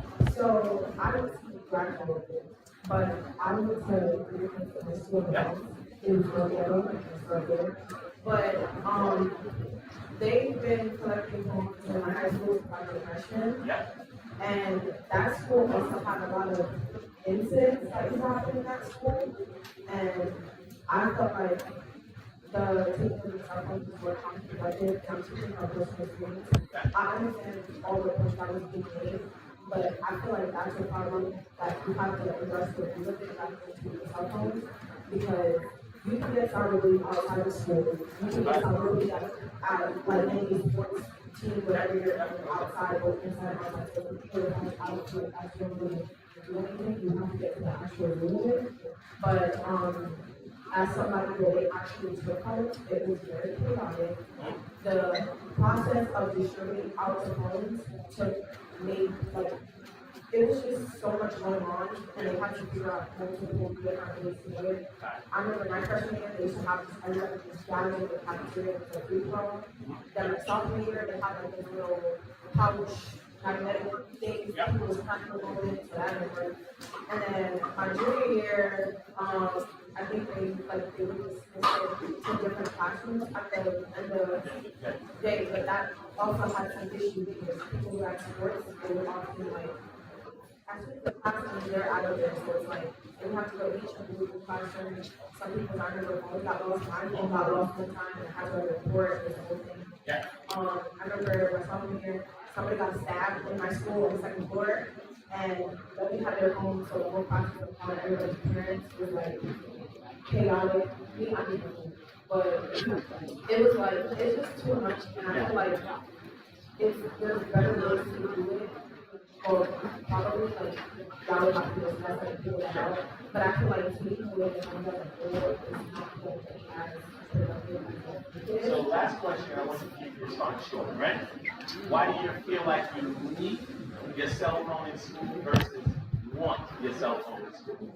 For me, like I'm saying, for me, my school wasn't very rigorous, so it's like, I'm speaking from that perspective, like when it came to fights, when it came to any dangerous things, like I said, it's not really about more so because like I wasn't on my phone in school regardless, like I also did all that. I rather work on Wait, why do you give me? I don't think you do. Why am I hearing a conversation over there, all the way up here while she's talking? Okay, this is not T.A.G. Y'all know about respect.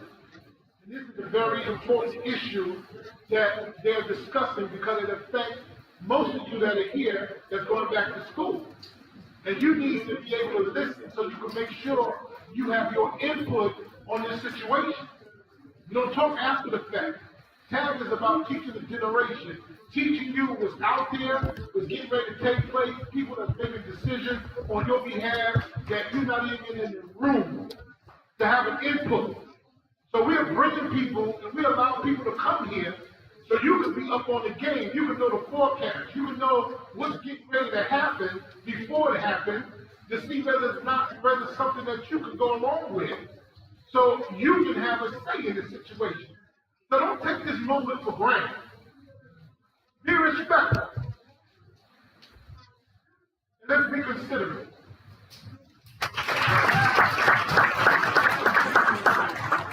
All right, right here, and then.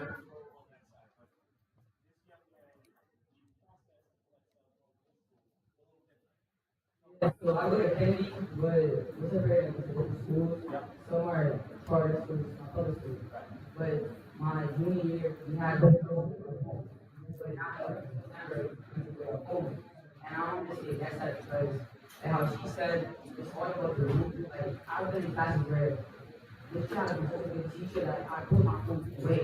But then I do have to like, school myself to teach good. I feel like her teaching method is very monotone and very boring on phone. I feel like at the end of the day, you know, like, who's out there seeing love and students? Because, yeah, maybe she's not teaching on my phone, but she's on some things too. I could use my phone for information. So I feel like all depends on like, you have a good students other than what they have. So you feel like if we focus more on the academics and better teachers, you don't feel the need to go to your phone to teach yourself.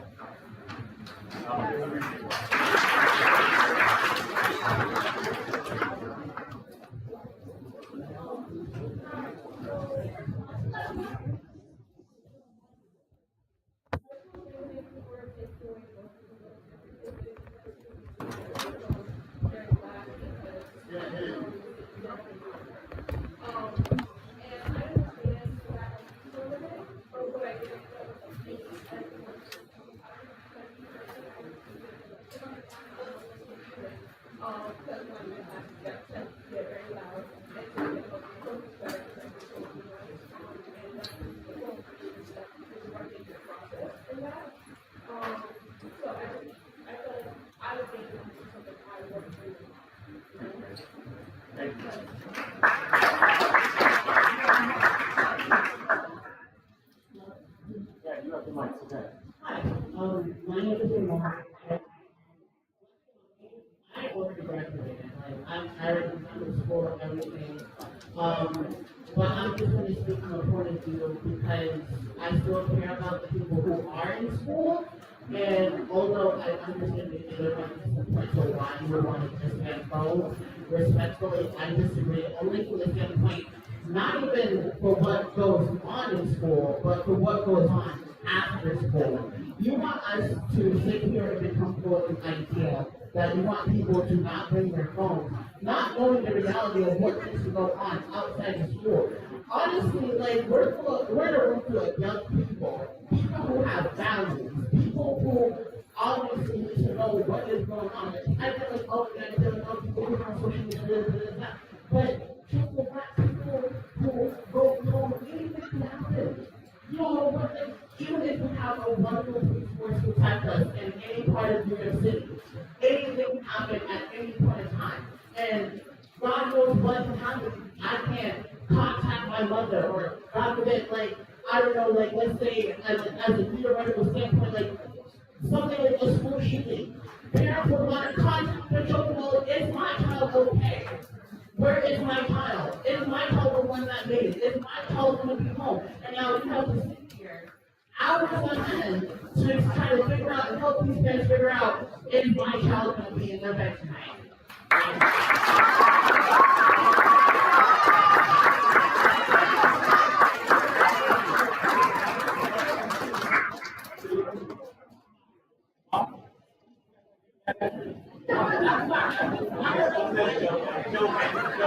So first of all, just a point of clarity. A, you can bring your phone to school. B, you do get the phone back as you exit the school to go home. Many of the schools will have an option. One option is what this gentleman described, where you put the phone in the couch box, you don't say anything over there, and you put the couch in the bag, right? We know that you guys are super smart. And the minute you create it, you figure it out, right? Not my problem. I'm moving on, right? Here's what happens. When you do those things, then they go to the next step. And the next step is losing the privilege to continue to possess your phone while you're in school. And I know that for all of you, it is, I want my phone on my person. I know my phone is safe. I know da.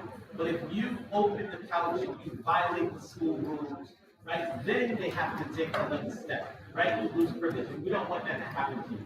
We get it. We get why you need it. We get, not need it. We get why you want it, right? Because you don't need it, right? I got you covered. I know it's not popular. Oh, man, I get it, right? But we understand. We truly understand. But we also understand the effects of cell phones for young people. For instance, if something popped off the minute y'all walked outside, ain't nobody dialing 911. What y'all doing? Real talk. Y'all recording. Somebody said TikTok. Y'all going live. Y'all always super live. And then what you see normally with young people when there's something bad happens to a young person, it's a bunch of young people running around in circles recording, screaming things out like world star and this, that, and the other. But in fact, you should be looking out for each other. The last thing y'all should be doing is recording another person being hurt.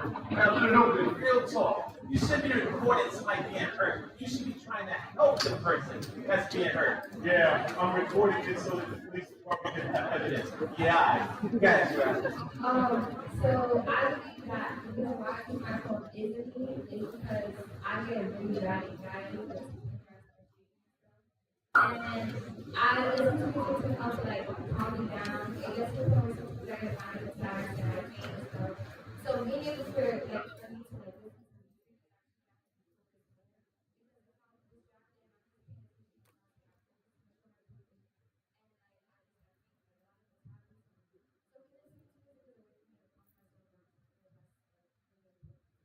What you're describing right now is a medical condition, right? And if it's a documented medical condition, there's an exemption for it, right? So we thought about those things, right? We thought about all the extenuating circumstances that will exempt you from the process. However, there will be a responsibility on the part of you to control that, right? So if you're violating, the teacher's trying to teach, and you got your phone out, and that's not gonna work. You're gonna lose that privilege, right? If in fact this comes to fruition. Yes, sir. The question for you. Do you know exactly how much Chromebooks, like you guys are making Chromebooks program, how much did that exactly cost the VO when you did like overall like programs to go on and for tickets? But my point Get that to you. It's vitally important. and another question I have, are you currently aware of like the literacy crisis that's going on in America? Yeah. So my point of bringing that up is I think that when we take away cell phones, actually, well, let me start with this. I think that the literacy crisis that we're facing currently is in part due to the disconnect that is currently going on between students and teachers because of COVID. And I think that a lot of it has to do with teachers preferring traditional and like regular methods of like teaching, such as like writing stuff down in notebooks, reading books like physical copies and stuff like that. But I feel like we live in a world at this point where a lot of those methods are getting phased out. And I think that if that's the case, why shouldn't we be using the newer methods that are available to us currently to help bridge that disconnect between students and teachers? I feel like cell phones don't just have to be a distraction in the classroom, they could definitely be like used as an aid, to get teachers and students to relate, to bridge that gap. And also I feel like by doing so that would save the DOE money too, because I feel like you guys are putting tons of money on Chromebooks when everybody has a phone, everybody has a laptop. You can save a lot of those phones to people that need them and give those away. Taking away, and another thing is like taking away phones. You know how kids are. They're going to speak it regardless. And that's more effort that you have to give to teachers, stuff like that, to make sure that they're not doing that type of stuff. So I think that taking away phones is a lot more work than just trying to get to use them as tools.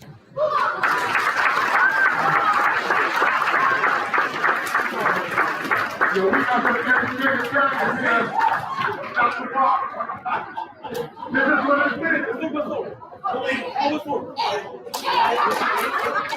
Believe, 100%, I'm with you, right? What we're not trying to do is stop time, right? Because cell phones, the new glasses, right? I'm surprised Teddy, I don't have them here right now, but new Ray-Ban glasses that record, your watch, your earpods, right? All of the things that technology is sort of showing up in this space. We're not trying to stop time.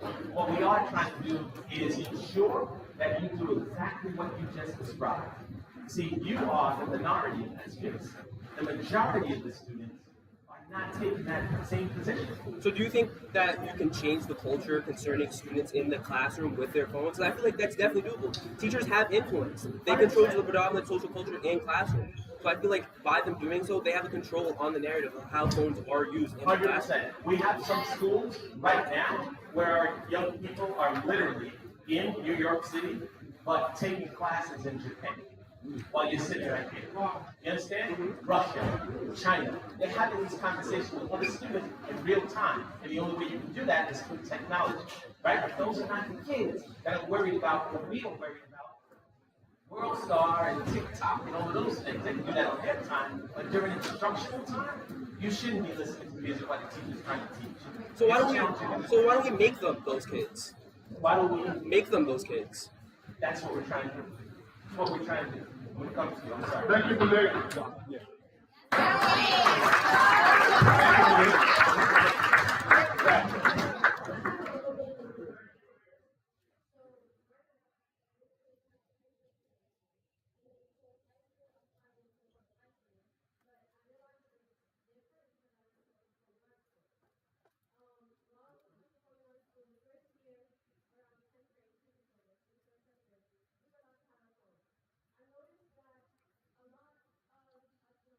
These are folks from the business who go out and they do TikTok, some of them go viral, and it was very productive.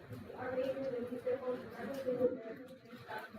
I was a leader, we use our folks to like, kind of, I would say like 4 seconds on and also like 10 seconds, even though we had like computers and stuff, but the thing I would have to say is like, in my school, the art department, we did not have like the best Chromebooks. Everybody else in the other Chromebooks had like blocks. When I say blocks, a block.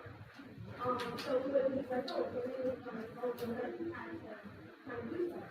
I noticed during 11th grade, when we started taking in the phone, there were more people cutting their hospitals and using the phone. But a lot of it, yes, it was because they didn't want to work and they wanted to do practice. A lot of it was sort of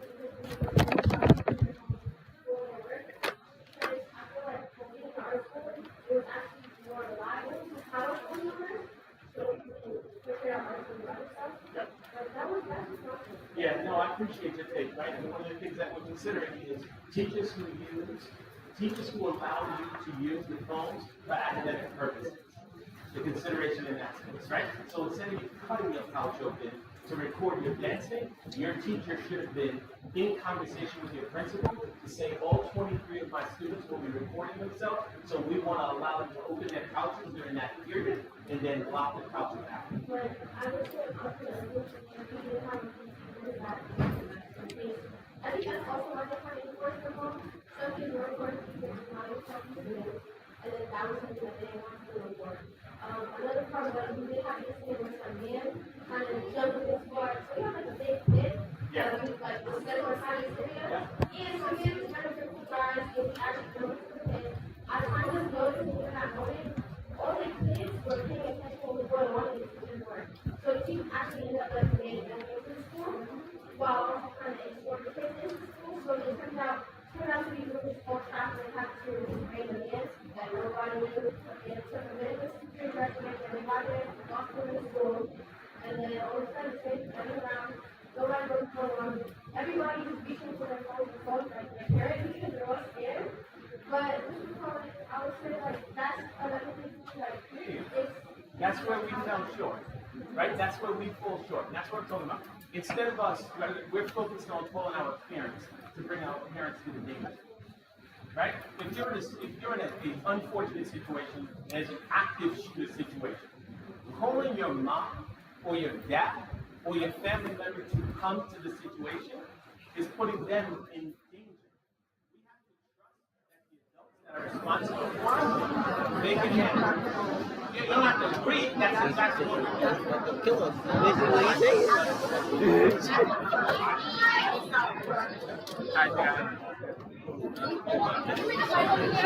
I see the video. Yeah, that was like,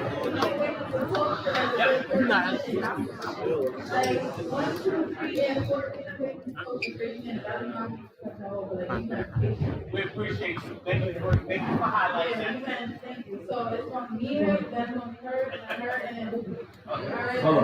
So yeah, because hold on.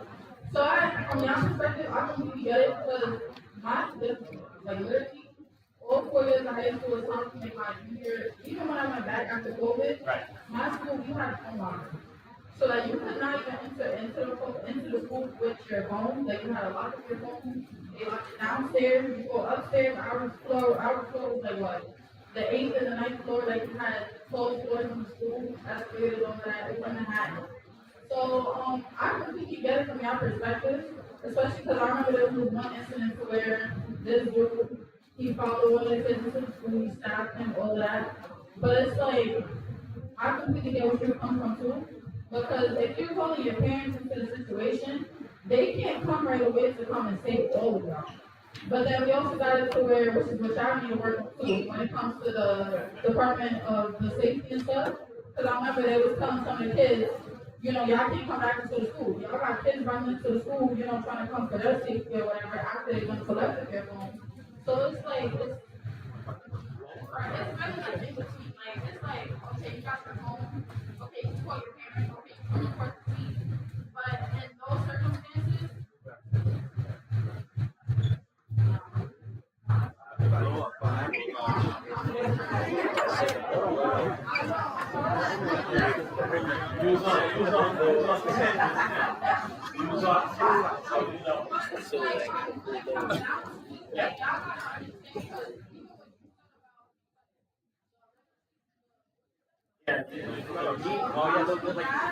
like me personally, I grew up with a baby mom. Like she had to go to my record order. Now when it comes to you bringing this stuff to my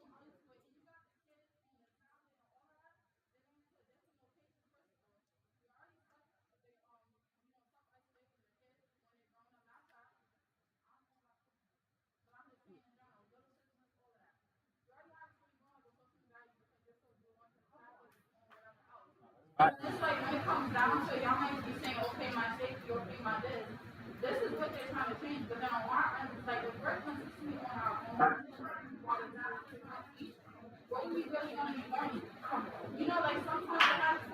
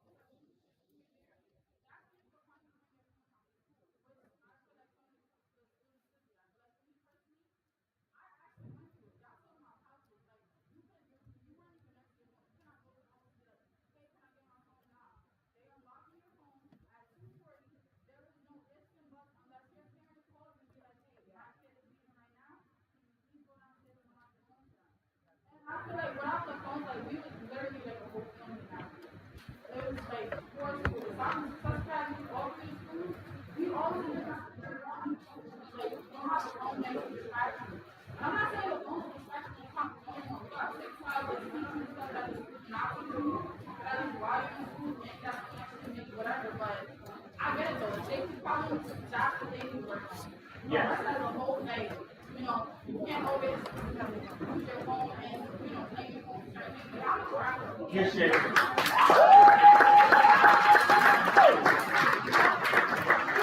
Is that? You had to.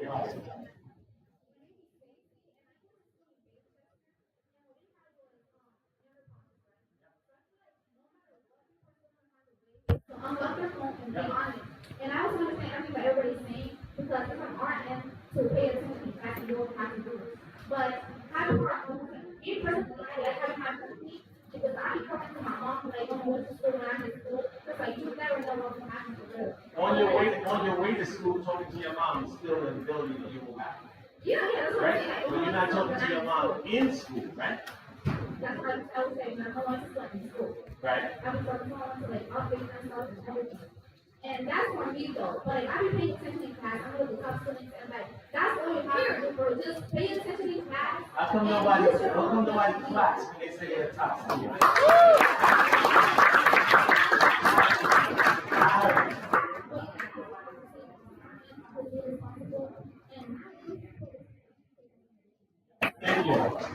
Thank you. My favorite color is blue, and I don't like animals either. Okay. I would like for me, my name is Lisa. I'm not gonna say the high school I go to, but I'm gonna say my high school is my Highland Park in the Hellas Kitchen area. Yeah. Right? Like there's been a lot of like for me, I feel safe if I don't use like something they use in class, but I don't like it's okay to use it or like it's like it's chill and everything. Yeah. For me, I feel like having my phone supported. The need is the fact for safety because if something like this can instance, 2 instances where my students have to go to lockdown, whenever there's an issue with that, I text my brothers and then they call my mom to say what happened, right? And I need to do that because if something happens, I always tell my family, right? And I feel safer if I have my phone with me. And I feel like taking away phones, I understand it. I would do it.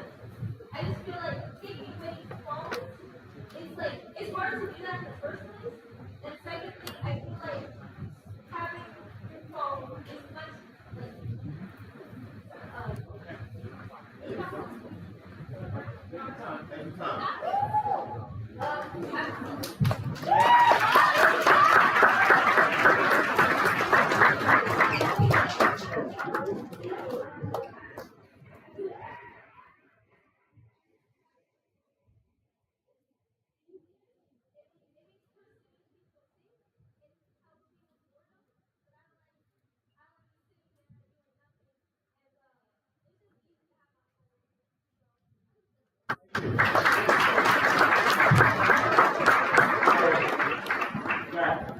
Let me share a quick story with you, right? We talk about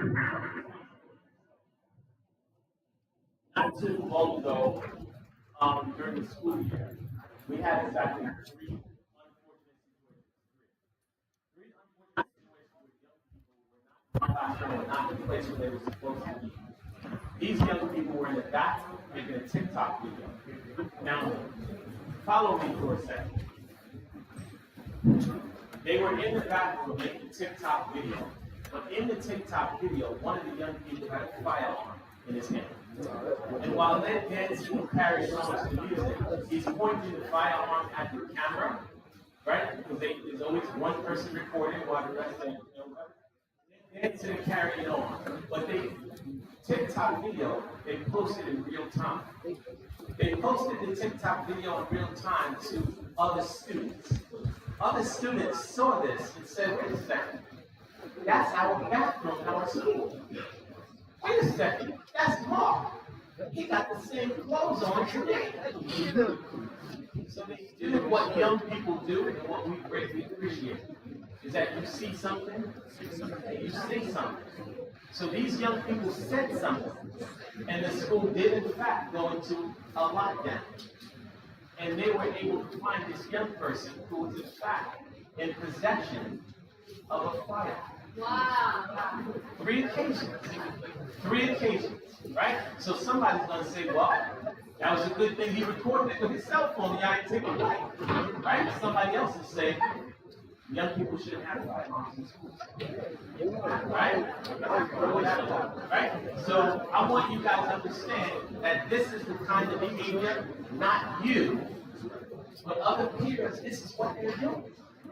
They're destroying it for all of those young people who want to do the right thing and who are doing the right thing, right? So everybody is not as digitally responsible as the people in this room, right? Some of us admit it. You know, when the teacher is boring,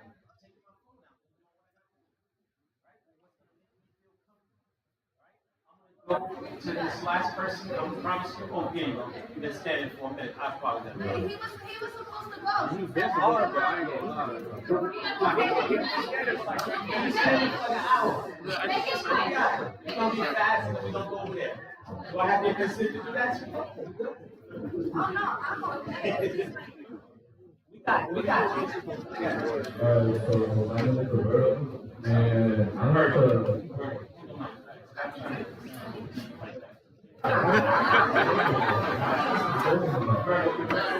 You're making me, you showing me up.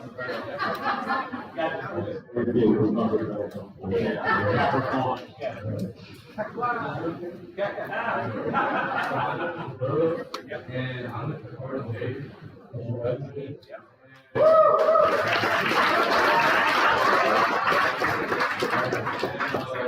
we didn't take the moments, but we had an alternative that had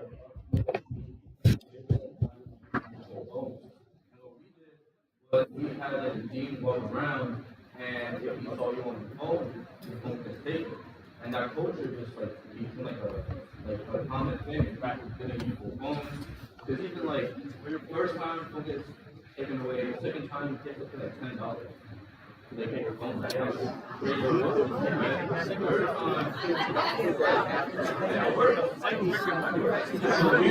will not be adopting that policy.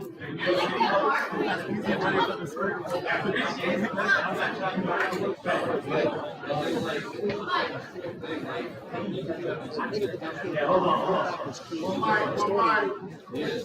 That's exclusion. So I don't think that like taking away phones.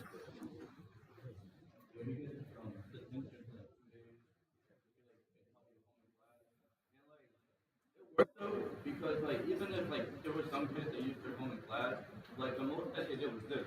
They're just like hide it. And that works. Because like they're not using their phone like doing TikTok late.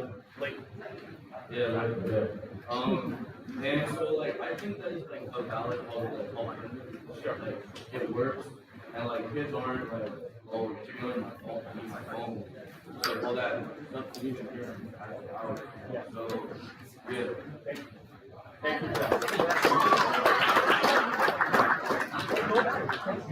Yeah.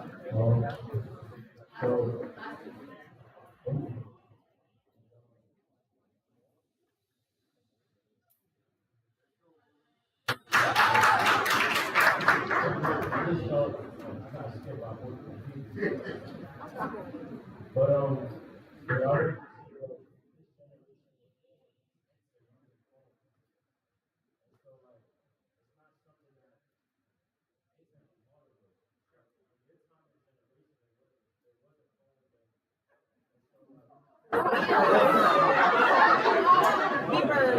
He's a crusade at you. Your time and your generation. Wah, wah, wah.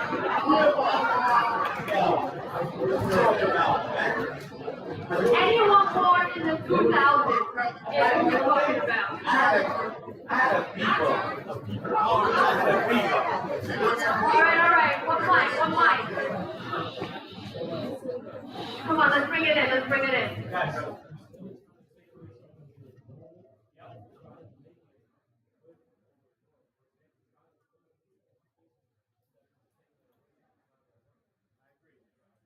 I agree with you, brother. And while I wasn't born in this telephone era, I was here before it started.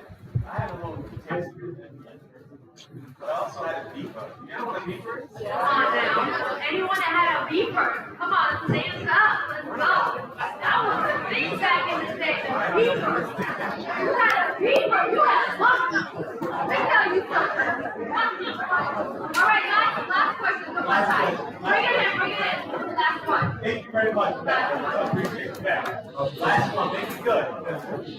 You're waiting for an hour. First, I want to say thanks for coming out.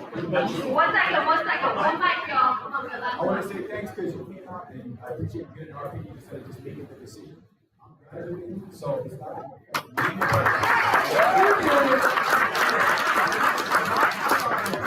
Think about like my children, right? Like I want to.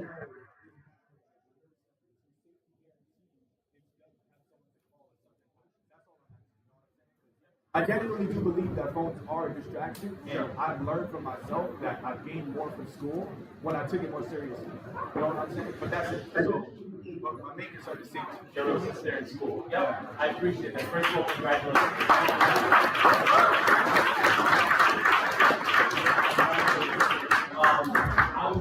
I would do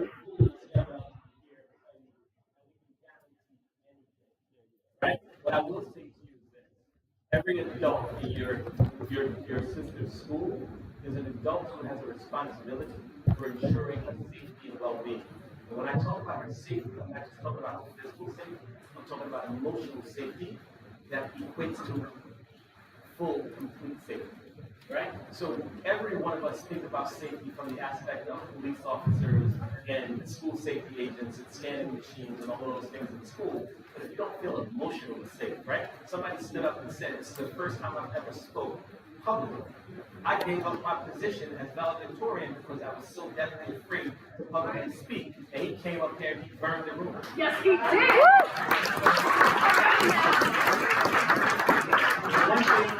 One thing that you will never have to be afraid of ever again is well, now you can do it again and again, right? While your sister is in school, it is our collective responsibility to keep your sister safe. Every adult in that building is responsible for the safety of your sister while she's in that building. And what I can say to you is this: if your sister is in school doing the things that she is supposed to be doing, right? Your sister is known to all the adults in the school. Your sister will be safe. Kids will be kids, right? Hurt people, right? So sometimes kids don't do the most popular thing, and they pick fights and they bully and they hit, they harass, they intimidate, and all of those things, right? But that's all young people doing things that young people do, right? And last but not least, while you were born in the era of the cell phone, you were not born with a cell phone in your hand. Period. I saw something very interesting the other day. Quite impressive, but sad at the same time. There was a woman in the supermarket, and the supermarket kid was losing his lunch. I'm talking about crying, full, tonsils out, nose, bubbles, the whole nine. And he was screaming and carrying on and so forth, right? And when mom went over to check on the kid had taken the iPad and threw it on the floor. The mother picked the iPad up and gave the kid the iPad, and the kid is still screaming, he threw it on the floor again. Mom picked the iPad up and gave it back to the kid, and the kid said, I don't want it, it's dead. This kid is losing it because the iPad is dead, right? And I challenge each and every one of you to go home, go to your friend's house, be mindful when you see young people, literally young people like yourselves, literally walking down the street like this. Oh God, I hate that. Your head ain't on swivel, you're not watching what's around you, you are doing this, you are so look at a little kid who's screaming and hollering and carrying on. The mom can't say, it's okay, it's going to be all right. Mom was rushing around trying to find a charger to the point that she took the other child's phone and gave it to the little baby. And the minute she gave it to the little baby, guess what he did? The child started screaming. He stopped crying. We created a dependency. And we don't want that dependency to interfere with your growth. You are about to go to college. What you're not going to be able to do is do some of the things you did in high school, college. There's an expectation because you're now paying for this. There's an expectation of each and every one of you. When you get to work, for some of you who are going to choose a different path, when you get to work, you're not going to be able to pull out your phone when you want to pull out your phone in a conference, right? You're not going to be able to pull out your phone when you're working with a client. And I'm not trying to beat everything on the head. I'm just giving you an honest to God truth. Things are going to change once you get out of high school. You're not going to be able to say to your boss, I need my phone for my safety. You're not going to be able to say to your boss, I need my phone. You can't take my phone. I need it for my safety. You know what your boss is going to say? You're fired. You might not say you're fired. You might say you can go home for the day. But just don't come back. But anyway, you start to depend on these devices that you really want. It is not my job to come here and tell you, we about to take all of our phones. Check it. I just really wanted to get your respective perspectives. Your perspectives on if, in fact, we go to a place where this becomes reality, what does it look like in the eyes of young people? I appreciate your transparency, I appreciate your honesty, and I really appreciate your patience to allow me to really pour into you as you pour into me. Before we make this ultimate decision in our city, and I see each and every one of you, keep your ears open, eyes on the news, watch the way things play out, and you'll learn about what's going to happen at the same time as we learn about what's going to happen. I appreciate each and every one of